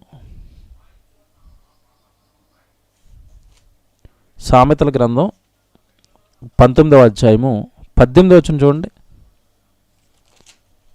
సామెతల గ్రంథం 19వ అధ్యాయము 18వ వచనం చూడండి. 18వ వచనం, బుద్ధి వచ్చునని నీ కుమారుణ్ణి శిక్షింపము, అయితే వాడు చావవలెనని కోరవద్దు. బుద్ధి కొరకు మాత్రమే శిక్ష. చచ్చిపోయేంతగా కొట్టొద్దు, చచ్చిపోవాలని కోరుకోవద్దు. ఏమండి, మళ్ళీ చెప్తున్నాను, ఒక పక్క మనల్ని బ్యాలెన్స్ చేస్తాడు, ఒక పక్క వాళ్ళని బ్యాలెన్స్ చేస్తాడు. ఎందుకంటే వాళ్ళు దేవుడి పిల్లలు. మీరు దేవుడి మాటలు జాగ్రత్తగా వినాలి. ఇక్కడ నీకు ఇష్టం వచ్చినట్టుగా టార్చర్ పెట్టి దాన్ని కుల్లబొడి సాని చంపేస్తానంటే దూరుకోడు మళ్ళీ. ఎందుకంటే దేవుని పిల్లలు, నీ గర్భం నుంచి వచ్చిన కుమారుడు కూడా ముందు ఆయనకి కుమారుడు, ముందు ఆయనకి కుమార్తె. నీకు రైట్స్ ఇచ్చాను కాబట్టి ఇష్టం వచ్చినట్టుగా వాళ్ళని ఏకేస్తాను, నలిపేస్తాను, కొట్టేస్తాను, చంపేస్తానంటే కుదరదు నాయన. కేవలం వాడిని ఎక్కడి వరకు నువ్వు శిక్షించాలంటే, బుద్ధి వచ్చునని కుమారుణ్ణి శిక్షింపుము. బుద్ధి కొరకు మాత్రమే కుమారుణ్ణి శిక్షింపుము, కానీ వాడు చావవలెనని మాత్రం కోరొద్దు. చంపొద్దు నాయన, చంపుకోవద్దు. బుద్ధి కొరకు మాత్రమే. ఏమంటే ఏం రాస్తున్నాడండి బైబిల్, ఎలా రాస్తున్నాడు చూసారా? ఏమంటే ఈ లోక సంబంధమైన చట్టాలు చేశారండి. మీరు లోక సంబంధమైన చట్టాల గురించి మీరు ఆలోచిస్తున్నప్పుడు అండి, ఈ లోక సంబంధమైన చట్టాలు ఏవి కూడానండి మనుషుల్ని ఎక్కడండి బాగు చేస్తున్నాయి? మనుషుల్ని ఎక్కడ బాగు చేస్తున్నాయి? త్రాగుబోతుల కొరకునండి కౌన్సిలింగ్ అని పెట్టారు. తాగితే బండి ఆపేస్తారు, పక్కకు తీసుకుంటారు, కౌన్సిలింగ్ తీసుకెళ్తున్నారు. నేను చాలాసార్లు చెప్పానండి, ఆ కౌన్సిలింగ్లో ఉన్నంతసేపు ఆ కౌన్సిలింగ్ తప్పించుకోవడానికి నేను తప్పు చేశానండి, నేను ఎప్పుడు ఇలాగ మళ్ళీ తప్పు చేయనండి, ఏదో నన్ను ఆ ఫ్రెండ్స్ తాగించేశారండి, అక్కడిని తప్పించుకోవడానికి మాత్రం అబద్ధం ఆడతాడు పోలీసుల దగ్గర. బయటకు వచ్చేసిన తర్వాత ఎరా ఏమన్నారంటే, ఏముందరా 2 నిమిషాలు నాటకం ఆడాను అంతే, వదిలేసారు అలా అంటాడు. నిజంగా మారారా వీళ్ళు కౌన్సిలింగ్కి? మారండి. వీళ్ళు కౌన్సిలింగ్కి మారతారా, వీళ్ళ శిక్షలుగా మారతారా? ఒకవేళ శిక్షలుగా మారేటట్టుగా ఉంటే, శిక్షలుగా భయపడేటట్టుగా ఉంటే నిర్భయ చట్టం చేశారండి. ఎప్పుడండి నిర్భయ చట్టం? భయంకరమైన చట్టాలు చేసిన సరే, ఎక్కడ అత్యాచారాలు ఆగాయి? ఎక్కడ ఆడపిల్లలను చంపటం ఆపారు? ఈ శిక్షలకి ఎవరండి భయపడుతున్నారు? ఈ శిక్షలకి ఎవరండి లోక సంబంధం వాటికి మారుతున్నారండి? మారండి. కేవలం పిల్లలు మారేది దేవుడి వాక్యానికి మాత్రమే. వాక్యానికి శక్తి ఉంది, నమ్మండి. హార్ట్ఫుల్గా దీన్ని నమ్మండి. పిల్లలకి వాక్యం వినిపించండి. దయచేసి పిల్లల్ని కూర్చోబెట్టుకోండి. మీ దగ్గర మీరు నెట్ వింటున్నప్పుడు, లైవ్ వింటున్నప్పుడు మీ పిల్లల్ని కూడా కూర్చోబెట్టుకోండి. వినరా అని అక్కడ కూర్చోబెట్టండి ఖచ్చితంగా. దేవుడి వాక్యానికి వాళ్ళు భయపడతారండి. దేవుడి వాక్యం అనేది వాళ్ళ హృదయంలో పనిచేస్తుంది. ఎందుకంటే వాళ్ళ తండ్రి మాటలవి ఎలా పనిచేస్తాయో, ఎలా వాడిని ప్రేరేపిస్తాయో మనకి తెలియదు. అదంతా వాక్యం చేసే పని. ఎందుకంటే వాక్యానికి ఉన్న శక్తి చెప్తాడు. ఎబ్రీ పత్రికలో తెలుసు కదా మీకు. కీళ్లను మూలుగులను విభజించినంత మట్టుకు దూరుచు హృదయాంతరంగంలోనికి వెళ్ళిపోయి వారి యొక్క తలంపులను ఆలోచనలను శోధించుచున్నది అంటాడు వాక్యం. లోపలికి వెళ్ళిపోతుంది, హృదయంలోకి వెళ్ళిపోయి వాడి హృదయాన్ని ఏమైనా ఆలోచింప చేస్తుంది వాక్యం. వాక్యానికి పవర్ ఉంది, వాక్యానికి శక్తి ఉంది. మీరు నమ్మండి, పరమ తండ్రి మాటకే ఉంది అది. కనుక తండ్రి మాటలు వాడికి మంచి కౌన్సిలింగు. తండ్రి మాటలు వాడిని ఏమండి బయటపడేస్తాయి. అలాగే 22వ అధ్యాయం 15వ వచనం మీరు త్వరగా చదవండి, టైం అవుతుంది, ఇంకా చాలా వచనాలు చూపించాలి. 22వ అధ్యాయం సామెతల గ్రంథం 15వ వచనం చూస్తే, బాలును హృదయంలో మూఢత్వము స్వాభావికముగా పుట్టును, శిక్షాదండము దానిలో నుండి తోలివేయును. చూసారా, స్వాభావికంగా వాళ్ళు ఏం పుట్టేస్తుందంటే మూఢత్వం. అడిగి ఏం తెలుసండి పిల్లోడికి? మూఢత్వం. నాకేం వద్దులే, నాకు అంతా బాగుంది, అలా మూఢత్వంలో ఉంటాడు. ఆ మూఢత్వం స్వాభావికంగా వచ్చేస్తుంది. కాబట్టి నువ్వు దాన్ని ఏం చేయాలంటే, శిక్షాదండము దానిలో నుండి తోలివేయును. నువ్వు శిక్ష దండం పట్టుకుంటే ఆ మూఢత్వంలో నుంచి బయటకు వస్తాడు. మూఢత్వంలో నుంచి బయటకు వచ్చి దేవుడి యొక్క సంగతులు నేర్చుకుంటాడు, పాపం నేర్చుకుంటాడు. ఈ లోకంలో పాపం ఉందని నేర్చుకుంటాడు, జాగ్రత్తగా బ్రతకాలని నేర్చుకుంటాడు. కనుక మూర్ఖత్వాన్ని మీరు పారద్రోలాలి అంటే, వాడి భవిష్యత్తు బాగుండాలి అంటే శిక్షించండి. ఏమండి ఇప్పుడు చెప్తాను, మీరు జాగ్రత్తగా వినండి. తల్లిదండ్రులు కనుక ఈ మాటలు వినకపోతే, తల్లిదండ్రులు కనుక ఈ మాటలు పట్టించుకొని ఈ విధంగా వాళ్ళని పెంచకపోతే కనుక ఎవడి నష్టం పరలోకపు తండ్రికి ఎంత ఉందో భూమి మీద తల్లిదండ్రులుగా మీకు కూడా అంతే ఉంది. అది దేవుడు చెప్తున్న మాట. సామెతల గ్రంథం 17వ అధ్యాయం 25వ వచనం అండి. సామెతల గ్రంథం 17వ అధ్యాయము 25వ వచనం జాగ్రత్త చూడండి. 17వ అధ్యాయము సామెతల గ్రంథం 25వ వచనం మీరు చూస్తే, బుద్ధిహీనుడగు కుమారుడు తన తండ్రికి దుఃఖము తెచ్చును, తనను కనిన తల్లికి అట్టివాడు బాధ కలగ చేయును. ఒకవేళ నేను వినను, నేను వాడిని సరిచేయను, నా గారాలు పట్టి నేను కొట్టలేను, నా చేతిలోకి బెత్తం రాదు. సరే, ఇలాగ మీరు కనుక పిల్లల విషయంలో నెగ్లెజెన్సీ పట్టించుకోనట్టుగా వాళ్ళని విడిచిపెట్టారనుకోండి, నష్టం మీకు చేకూరుతుంది. ముందు జీవితకాలం మీరు ఏడుస్తారు. కన్న తండ్రి ఏడుస్తాడంటే ముందు కన్న తండ్రి ఏడుస్తాడు, తర్వాత కన్న తల్లి ఏడుస్తుంది. ఇద్దరికి దుఃఖాన్ని బాధని వాడు కలగజేస్తాడు. ఓల్డేజ్ హోమ్కి వెళ్ళండి, మీకు ఇప్పుడు అర్థం కాదు. మీ పిల్లలు చిన్నోళ్ళేమో ఇప్పుడు మీకు అర్థం కాదు. ఓల్డేజ్ హోమ్లో ఉన్న వాళ్ళని అడగండి వెళ్ళి, ఎందుకు మీరు ఎక్కడికి వచ్చారంటే, మా పిల్లలకి ఏమంటే నిజంగా మేము గొప్ప వాళ్ళు అయిపోవాలి, ఎక్కడో సెటిల్ అయిపోవాలని మా జీవితాన్ని అంతా త్యాగం చేసి వాళ్ళు పెద్ద పెద్ద చదువులు చదివిస్తే, ఈరోజు ఎవడో అమెరికాలో ఉన్నాడు, ఆఫ్రికాలో ఉన్నాడు, మేము మాత్రం అనాథాశ్రమంలో ఉన్నామంటారు. వాళ్ళు పట్టించుకోరు. ఎందుకంటే ఈ మాట అనొచ్చా అనకూడదు నాకు తెలియదండి. ఈ బాధపడుతున్న వాళ్ళని, ఈ తల్లిదండ్రులను చూసి బాధపడుతున్న వాళ్ళ విషయంలోనండి నాకు మాత్రం ఎలాంటి బాధ ఉండదండి. ఎందుకంటే వీళ్ళు చేసుకున్నదే వీళ్ళ మీదకి వచ్చిందండి. నువ్వు చేసుకున్నదే నేను ఎత్తి మీదకి వస్తుంది అన్నాడు దేవుడు. ఈ వాక్యం రాలేదా? వాడిని శిక్షించుకోకపోతే, వాడిని సరైన మార్గంలో పెట్టుకోకపోతే, దేవుడి కొరకు వాడిని పెంచుకోకపోతే, వాడు నీకు తండ్రిగా నీకు బాధ కలగజేస్తాడు, తల్లిగా నీకు బాధ కలగజేస్తాడు, దుఃఖం కలగజేస్తాడు అని దేవుడు చెప్పాడు. అదే దుఃఖం వాళ్ళకి వస్తుంది. అంటే ఈ వాక్యం వాళ్ళ జీవితంలో నెరవేరుతుంది. బిడ్డను దేవుడి కొరకు పెంచుంటే, బిడ్డను దేవుడు పనిలో పెట్టుకుని ఉంటుంటే, ఇక్కడ సేవ చేసేవాడు, 4 ఆత్మలను రక్షించేవాడు, ఒక సంఘంతో నువ్వు ఉండేదానివి, చక్కగా దేవుడు సేవలో కుమారుడు ఉంటున్నప్పుడు నువ్వు సహకారులుగా వాళ్ళకు ఉండేవారు. ఒక ఆనందకరమైన జీవితం మీ కుటుంబంలో ఉండేది. నీ కుటుంబంలో ఉండేది. వాడిని దేవుడి కొరకు పెంచితే, నాయన నువ్వు మాకు ఉద్యోగాలు చేసి మాకు ఏదో సంపాదించి మమ్మల్ని ఏది చేయాల్సిన అవసరం లేదురా, నువ్వు వాక్యం నేర్చుకో, సేవ చెయ్యి, 4 ఆత్మలను రక్షించు, నువ్వు దేవుడి పనిలో ఉంటే చూస్తూ మేము కన్నుమూయాలరా. ఈ వేలో మీ పిల్లల్ని పెంచండి, ఈ వేలో మీ పిల్లల్ని పెంచండి. వాడు చక్కగా మీ మాటలకు లోబడి చిన్ననాటి నుంచి నేర్పాల్సమా. ఏదో నువ్వు పెద్దదిగా పోయిన తర్వాత లోకంలో ఒక సామెత ఉంది, మొక్కై వంగనది మానై వంగున అని. మానైన తర్వాత వంగడానికి ఇంకేముండదు, ఇంకా నీకు ఇష్టం లేకపోతే అడ్డంగా రంప పెట్టి కట్ చేసేస్తారు చెట్టుని. ఇంకా అది వంగదు. అది వంచటం ఎప్పుడు వీలవుతుందంటే మొక్కగా ఉన్నప్పుడే. ఇట్లా కడితే అటు వస్తుంది, అటు పెరగమంటే అటు పెరుగుతుంది, ఇట్లా కడితే ఇటు పెరుగుతుంది. అప్పుడప్పుడు ఇంటి పక్కన మొక్కలు వేసేస్తారు, అది ఇంటి వైపు వెళ్ళిపోతున్నప్పుడు ఇలా లాక్ కడతారు బయటికి. బయటికి లాక్ కడితే అలా బయటికి అలా పెరుగుకుంటూ వెళ్ళిపోద్ది. మొక్క అయినప్పుడు వంగుతుంది, మానైపోయాక వంగదకి అది. కనుక తల్లిదండ్రులుగా మనకు చెప్తున్నది ఏంటంటే పిల్లల్ని చిన్ననాటి నుండే సరి చేసుకోవాడిని. చిన్ననాటి నుండి చక్కగా దేవుడి కొరకు పెంచు. దేవుడి కొరకు పెంచితే దేవుడు మాటల్లో ఉంటే తల్లిదండ్రులను ఎక్కడన్నా విడిచిపెడతాడు. మీరు దేవుడి ఇష్టాల ప్రకారం వాడిని పెంచుతున్నారనుకోండి, వాడికి ఒక మనసు లోపల ఉంటుంది. అయ్యో ఈరోజు నేను ఇలా గొప్పగా ఉన్నానంటే, అందరూ నా ఫ్రెండ్స్ అందరూ దొంగతనాలు, వ్యభిచారాలు, బూతులు, పాపంలో వాళ్ళు బతుకుతున్నారు, నేను ఈరోజు దేవుడి కొరకు బ్రతుకుతున్నాను అంటే అది కేవలం నా తల్లి నా తండ్రి నా పైన చూపించిన అపారమైన ప్రేమ. వాళ్ళు ఆ రోజు నన్ను శిక్షించి దండించి దేవుళ్ళో పెంచకపోతే ఇప్పుడు నా భవిష్యత్తు దెబ్బతినేది. నాకు చాలా సహాయం చేశారు వాళ్ళు, కాబట్టి నా తల్లిదండ్రులు నేను దగ్గరే పెట్టుకోవాలి, వాళ్ళని ప్రేమించుకోవాలి. ఏమంటే మీకు మాట చెప్తున్నానండి, మీరు జీవితకాలం గుర్తుపెట్టుకోండి ఈ మాట. దేవుడిని మీరు ప్రేమించండి అని మీ పిల్లలకు నేర్పితే ఆటోమేటిక్గా వాళ్ళు మిమ్మల్ని ప్రేమిస్తారు. మళ్ళా చెప్తున్నాను, దేవుణ్ణి ప్రేమించండి అని మీ పిల్లలకి మీరు నేర్పితే ఆటోమేటిక్గా వాళ్ళు మిమ్మల్ని ప్రేమిస్తారు. ఎందుకో తెలుసా, వాళ్ళు దేవుణ్ణి ప్రేమిస్తుంటే దేవుడు వాళ్ళకేం చెప్తాడంటే, నాయన మీ తల్లిదండ్రులు ప్రేమించరా అంటాడు. ఆయన మాటకు లోబడేటట్టుగా మీ పిల్లల్ని పెంచండి. ఆయన మాటకు లోబడేటట్టుగా, ఆయన మాటనికి గౌరవించేవారుగా, ఆయన వాక్యం అంటే ఇష్టపడేవారుగా, ఆయన పని అంటే ఇష్టపడేవారుగా మీ పిల్లల్ని పెంచారనుకోండి, దేవుడు వాళ్ళకేం చెప్తాడంటే, అరే తల్లిదండ్రులను కూడా గౌరవించాలరా, వాళ్ళని కూడా చూసుకోవాలరా, వాళ్ళని కూడా ప్రేమించాలరా అంటాడు దేవుడు. చూసారు ఎంత బాగుందో? ఎంత బాగుంటాయండి దేవుడు చెప్పినవి, ఎంత బాగుంటాయి తెలుసండి. జీవితంలో పాటిస్తే వస్తుందండి ఆనందం. నిజంగా దేవుడు మాటలు. వాళ్ళని నా కొరకు పెంచండి, నా మాటల్లో పెంచండి, ఆటోమేటిక్గా వాళ్ళు మిమ్మల్ని ప్రేమిస్తారు. నా ఇష్టాలు నా కొడుకు నా ఇష్టం నెరవేర్చరా, నువ్వు డాక్టర్ అయిపోవాలరా, నేను డాక్టర్ని అవ్వలేకపోయినరా, నువ్వు ఇంజనీర్ అయిపోవాలరా, నేను అవ్వలేకపోయినరా, మీ ఇష్టాలన్నీ వాడి మీద రుద్దుతున్నారనుకోండి, వాడికి ఇష్టం అన్నా లేకపోయినా మీ బాధలు పడలేక వాడు అలా పెరిగిపోయి ఏదోనండి ఇష్టం లేని జీవితం జీవిస్తున్నాడు, మా నాన్న రుద్దాడండి దీని మీద, నా మీద, మీ మీద ప్రేమ ఉండదు, మీ మీద ఆప్యాయతలు ఉండవు, ఏదో అలా చూడాలి కనుక చూస్తూ ఉంటారు అంతే.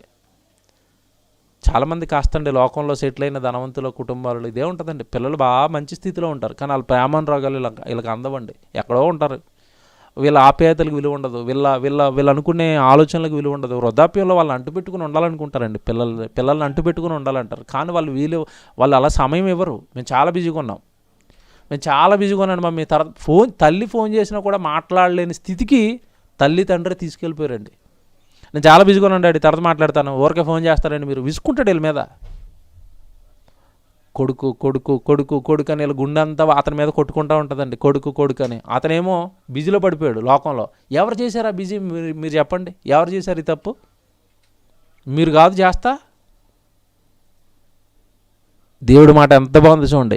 బుద్ధిహీనుడగు కుమారుడు తన తండ్రికి దుఃఖము తెచ్చును, తనను కనిన దానికి అట్టువాడు బాధ కలగజేయును. మీరు చేసుకున్నది కాదా ఈరోజు మీ బాధకి, మీ ఏడుపుకి కారణం? గొప్పడు అయిపోవాలి, లోకంలో గొప్పడు అయిపోవాలి. లోకంలో గొప్పవాడు బుద్ధిహీనుడుగా దేవుడి మాటల ప్రకారం. లోకజ్ఞానాన్ని వెర్రన్నాడుగా, వెర్రిలో పెంచారుగా. దైవజ్ఞానంలో మీరు పెంచలేదుగా, దేవుడి మాటలో మీరు పెంచలేదుగా. ఇప్పుడు కదా మీరు బాధపడుతున్నారు. ఎంత బాగున్నాయండి దేవుడి మాటలు, ఎంత బాగున్నాయి చూసారా. అంటే ఎటొచ్చి ఒకవేళ తల్లిదండ్రులుగా నువ్వు ఎన్ని మాటలు చెప్పినా నేను వినను, మా ఇష్ట ప్రకారం నేను నా పిల్లల్ని పెంచుకుంటాను, నా ఇష్టమే అని కనుక నువ్వు అంటే చివరికి బాధపడేది మనమేనని ఏమంటే చక్కగా దేవుడు ఇన్ని మాటలు కలగజేస్తున్నాడు, ఇన్ని మాటలు చెప్తున్నాడు. అలా కాక మీరు జాగ్రత్తగా వినండి, అలా కాక లోకం కొరకు కాక, లోక సుఖాల కొరకు, లోకంలో ఉండే సంపాదనల కొరకు, లోకంలో ఉండే ఆస్తుల కొరకు కాక, మీరు దేవుని కొరకాన్ని పెంచండి. దేవుని కొరకు మీ కుమార్తెని పెంచండి. అసలు బైబిల్లో మరో మాట రాసేటండి, ఆ మాట చూడండి ఎంత బాగుంటుందో. దేవుడి కొరకు మనం పెంచితే 10వ అధ్యాయం సామెతల గ్రంథం 10వ అధ్యాయానికి రండి, మొదటి వచనం. 10వ అధ్యాయం మొదటి వచనం అండి, సామెతల గ్రంథం 10వ అధ్యాయం 1వ వచనం. జ్ఞానము గల కుమారుడు తండ్రిని సంతోషపరుచును, బుద్ధి లేని కుమారుడు తన తల్లికి దుఃఖము పుట్టించును. బుద్ధి గల కుమారుడు, జ్ఞానము గల కుమారుడు తన తండ్రిని సంతోషపరుచును. జ్ఞానము కలిగిన కుమారుడు తన తండ్రిని సంతోషపరుచును. ముందుగా వాడు, మీరు ఈ వాక్యాన్ని నేర్పిస్తే, జ్ఞానం అనగానే వాక్యం, మీరు ఈ వాక్యాన్ని నేర్పిస్తే పరమ తండ్రిని సంతోషపెడతాడు. ముందు వాడికి తండ్రి పరమ తండ్రి అని వాడికి అర్థమైపోద్ది. జన్మ ఆయనదని అర్థమైపోద్ది. ఆయన ఇచ్చిన జన్మని అర్థమైపోయి ఆయన కొరకు బ్రతకాలని అర్థమైపోయి. మీరు ఎందుకంటే చిన్నప్పటి నుంచి వాక్యం నేర్పారుగా, దేవుడి గురించి నేర్పారుగా, వాడికి నరనరాన తండ్రి తండ్రి తండ్రి అంటూ పరలోక తండ్రి గురించి వాడికి అర్థమైపోద్ది. వాక్యం అర్థమైపోద్ది. దేవుడి కొరకు బ్రతకాలని అర్థమైపోద్ది. ఎప్పుడైతే దేవుడి కొరకు బ్రతకాలని వాడికి అర్థమైపోయిందో, జ్ఞానం కలిగిన కుమారుడిగా మీరు ఎప్పుడైతే పెంచారో, దేవుడు చెప్తున్న ప్రతి మాటకి వాడు తలగుతాడు. దేవుడు ఆడికేం చెప్తాడు అంటే, నన్ను తల్లిదండ్రులు సన్మానించాలి, వాళ్ళని తల్లిని దుఃఖపరచకూడదు, తండ్రిని దుఃఖపరచకూడదు. ఎందుకంటే నువ్వు నా కుమారుడు అయినా నిన్ను లోకానికి రావడానికి వాళ్ళు కారకులయ్యారు. శరీర సంబంధమైన తల్లిదండ్రులు నీకు శరీరాన్ని వాళ్ళే ఇచ్చారా, నిన్ను వాళ్ళే కన్నారా, నిన్ను వాళ్ళే పెంచారా, నీకోసం వాళ్ళు చాలా కష్టపడ్డారా, వాళ్ళని ప్రేమించా అంటాడు దేవుడు. తద్వారా మీరు సంతోషంగా ఉంటారు. మా డాడీ మా మమ్మీ అని హత్తుకుని వాడు, మీరు వృద్ధాప్యంలో ఉన్నప్పుడు, మీరు వాడు చిన్ననాటిలో ఉన్నప్పుడు మీరు ఎంత ప్రేమ అయితే వాడి మీద చూపించారో, మీరు వృద్ధాప్యంలో ఉన్నప్పుడు అంతే ప్రేమ పరమ తండ్రి మీ మీద చూపిస్తాడు. ఏమంటే పిల్లల్ని దేవుడిని ప్రేమించేటట్టుగా మీరు పెంచటం వలన, పిల్లలు దేవుడిని ప్రేమించేటట్టుగా మీరు పెంచటం వలన, ఏమంటే మిమ్మల్ని ప్రేమించే పిల్లలు మీకు దక్కుతారు. మిమ్మల్ని ప్రేమిస్తారు, వాళ్ళు మీ మాటకు గౌరవిస్తారు. మా డాడీ చాలామంది పిల్లలు ఇప్పుడు పెద్దవాళ్ళు అయిపోయినప్పుడు ఏమండి సాక్ష్యాలు వింటూ ఉంటామండి కొంతమంది. అన్న, మా చిన్నప్పుడు మా మమ్మీ అన్న చర్చికి పంపించకపోతే ఈరోజు మేము అలా ఉండేవాళ్ళం కాదన్న, చాలా స్ట్రిక్ట్గా ఉండేదన్న, ప్రార్థన చేయకపోతే కొట్టేసేదన్న. ఆ రోజు చేసుకున్న ప్రార్థనలే ఈరోజు మా ఆత్మీయ జీవితం అనేది ఇలా నిలబడింది. ఆ రోజు తల్లి తీసుకున్న ఆ నిర్ణయాలే ఈరోజు మేము నిలబడడానికి కారణమైంది. ఆ రోజు మా తండ్రి తీసుకున్న ఆ నిర్ణయాలే ఈరోజు మేము చక్కగా దేవుళ్ళో ఉన్నామన్న. ఇప్పుడు మాకు దేవుడు బాగా అర్థమయ్యాడు. చిన్నప్పుడు వాళ్ళు ఎందుకు కొడుతున్నారో అర్థమయ్యేది కాదు, చిన్నప్పుడు వాళ్ళు ఎందుకు ప్రార్థన చేయండి అంటున్నారో అర్థమయ్యేది కాదు. మేము నెమ్మదిగా వాళ్ళు చెప్పిన మాటలకి తలొగ్గానే అన్నీ చేసుకుంటూ వచ్చాం. ఈరోజు మేము బాగున్నామన్న, పాపంలో పడిపోలేదు. చక్కని భర్త ఉన్నాడు, పిల్లలు ఉన్నారు, వాళ్ళు దేవుళ్ళో పెరుగుతున్నారు, మా కుటుంబం అంతా దేవుళ్ళో ఉంది. దీని అంతటికి మా తల్లి బీజాలు వేసిందన్న, మా తండ్రి బీజాలు వేసాడన్న చాలామంది చెప్తూ ఉంటారండి ఇప్పటికీ. చూసారా, అలా ఉన్న కుటుంబాన్ని బట్టి పెంచి ఏమన్నా వివాహం చేసిన తల్లిదండ్రులు ఎంత హ్యాపీగా ఉంటారు. ఏమన్నా మీ అమ్మాయి బాగుందా అంటే, కొంతమంది సాక్ష్యాలు ఎలా ఉంటాయి, చాలా బాగుందన్న, మంచి కుమారుడు దొరికాడన్న, చక్కగా వాళ్ళు గుడికి వెళ్ళిపోతారన్న, ప్రార్థన చేసుకుంటారన్న, వాళ్ళ కుటుంబం చాలా బాగుందన్న. కొంతమందిని కనిపిస్తామండి, ఎలా ఉందండి మీ అమ్మాయి, ఏం చెప్పాలి, ఆయన ఒక భక్తి లేని కుమారుడు దొరికాడు, అసలు గుడికి వెళ్ళడు, వాక్యం చదవడు, దానికి తోడు ఈవిడ మా పిల్లే కాస్త అరకొరగా ఉండేది, ఈమె కూడా వెళ్ళి అక్కడికి కలిసిపోయిందన్న, ఇద్దరు పోతున్నారన్న లోకంలోకి. చూసారా, అయిపోయింది. ఏడుపు, దుఃఖం. వాళ్ళు ఎక్కడికి జారిపోతారు, పాతాళానికి జారిపోతారు. చూసారండి, కొట్టొచ్చినట్టుగా అండి. మరలా చెప్తున్నాను, మీ పిల్లల విషయంలో దేవుడు రాయించిన ఏ విషయాన్ని మీరు పక్కకు పెట్టినా జరగబోయేది ఇదే భవిష్యత్తులో మనకి. ఇవి జరుగుతాయని చెప్పాడు, జరిగిపోయిన జీవితాలు కూడా మీ కళ్ళ ముందు ఉన్నాయి, అవి కూడా చెప్తానండి. ఇప్పుడు మీకు ఇలాగే జరుగుతుంది నాయన, నా కొరకు పెంచకపోతే వాళ్ళకి దుఃఖపడతారని, దుఃఖపడిన జీవితాలు కూడా చెప్తున్నాను ఇప్పుడు మీకు.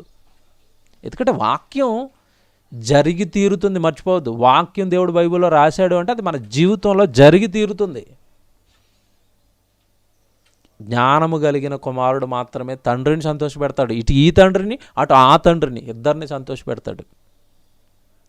బుద్ధి లేని కుమారుడు తల్లికి దుఃఖాన్ని తెస్తాడు, బాధను కలిగిస్తాడు. ఎప్పుడు ఏడుపండి. పిల్లల్ని ఎందుకు కనుక్కున్నామో తెలియదండి. పిల్లల్ని ఏమన్నా ఇలాగా పెంచుకోవటం వలన, లోకానికి పెంచడం వలన వాడు పాడైపోయాడండి. లోకంలో ఏం బాగున్నాయి చెప్పండి పరిస్థితులు. సీరియల్ చూస్తే బాగున్నాయండి, సినిమాలు చూస్తుంటే బాగుంటున్నాయా? భయంకరమైన ఇంటర్నెట్ వాడి చేతిలోకి వచ్చేసిందండి. ఇంటర్నెట్ వాడి చేతుల్లోకి వచ్చేసింది. దాని నిండా పాపమే కదండి, దాని నిండా పాపమే కదా.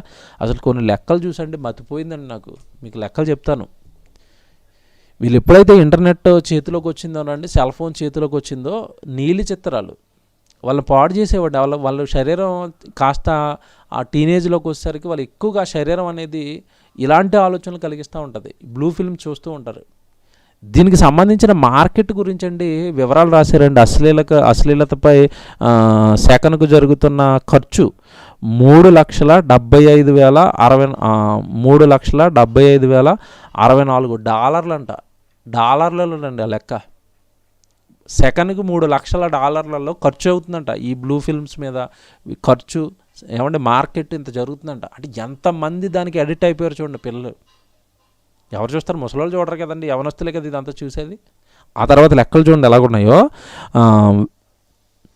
నెట్లో సెకన్కి వీక్షించే వారి సంఖ్య 28,265 మంది. నెట్లో ఒక్క సెకన్కి 28,000 మంది ఈ నీలి చిత్రాలు చూస్తున్నారంట. ఆ తర్వాత లెక్క చూడండి, వెబ్సైట్లు, ఈ నీలి చిత్రాలను చూపించే వెబ్సైట్లు 42 లక్షల వెబ్సైట్లు ఉన్నాయంట. ఎంత ఎత్తున పాపాన్ని తయారు చేసి నెట్లో పెట్టిందో చూడండి దెయ్యం. ఆ తర్వాత అంటున్నారు, రోజువారీ అశ్లీలత మీద వచ్చే ఈమెయిల్లు 250 కోట్లు మెయిల్స్ అంట. ఈ అశ్లీల చిత్రాల గురించి జరుగుతున్న మెయిల్స్ 250 కోట్లు ఒక రోజుకి. ఏమంటే తర్వాత మన దేశంలోని నీలి మార్కెట్ విలువ 2.56 లక్షల కోట్లు మార్కెట్ విలువ. దాని మీద జరుగుతున్న బిజినెస్ అండి. ఈ లెక్కలు చూస్తుంటే మీకు ఎంత భయం వేస్తుందండి. అంటే ఇంత దారుణంగా ఉందా పాపంలో ప్రపంచం? ఇంత పాపం ఉందా మన చుట్టూ? ఎక్కడో లేదు అది. కొడుకు ఓపెన్ చేయగానే సెల్ ఫోన్లో ఉంటుంది ఇదంతా.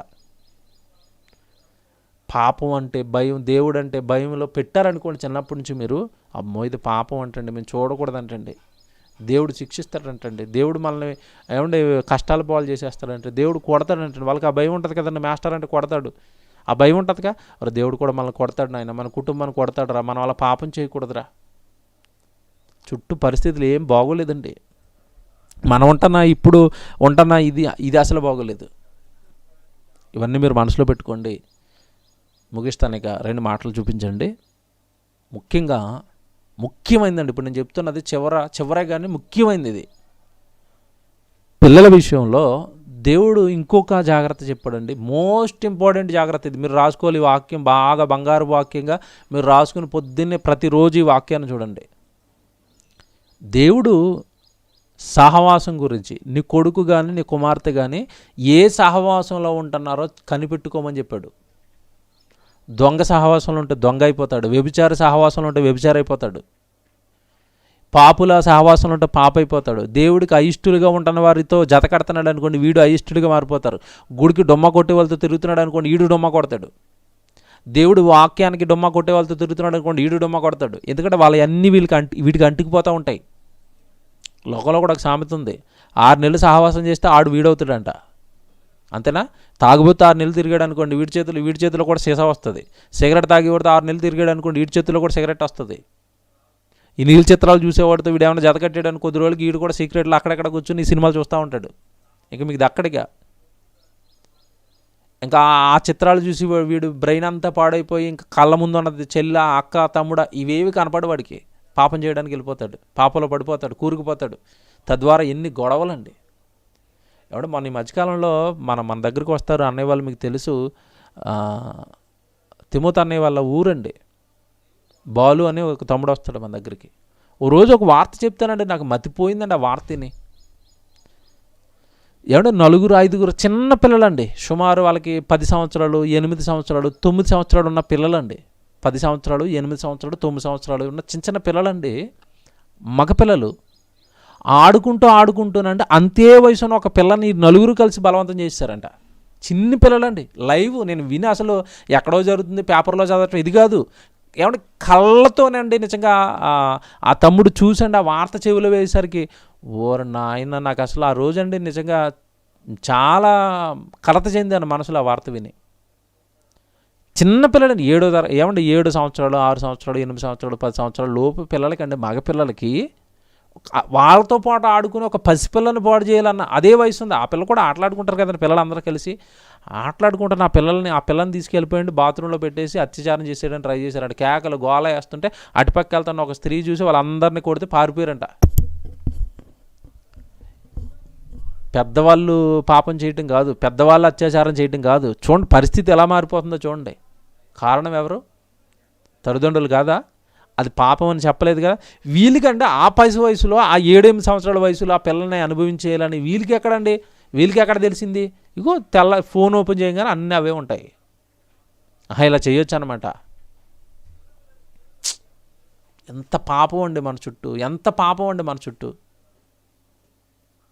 పల్లెటూరు అండి అది. అలాగనే ఏమైనా పోనీ సిటీలో ఈ టెక్నాలజీ పెరిగిపోయి ఇందులో పడిపోయి ఏమన్నా చేశారంటే కదా, పల్లెటూరు అండి. కర్ణాటక దగ్గర అండి అది. సావర్గావ్ అని ఒక ఊరండి, ఆ ఊరు పక్కన ఏదో చిన్న విలేజ్ అంట, అది పల్లెటూరు అండి. మేము వాకింగ్ చెప్పడానికి వెళ్ళాం, 2 రోజులు సభలో పెట్టాం ఊర్లో కూడా.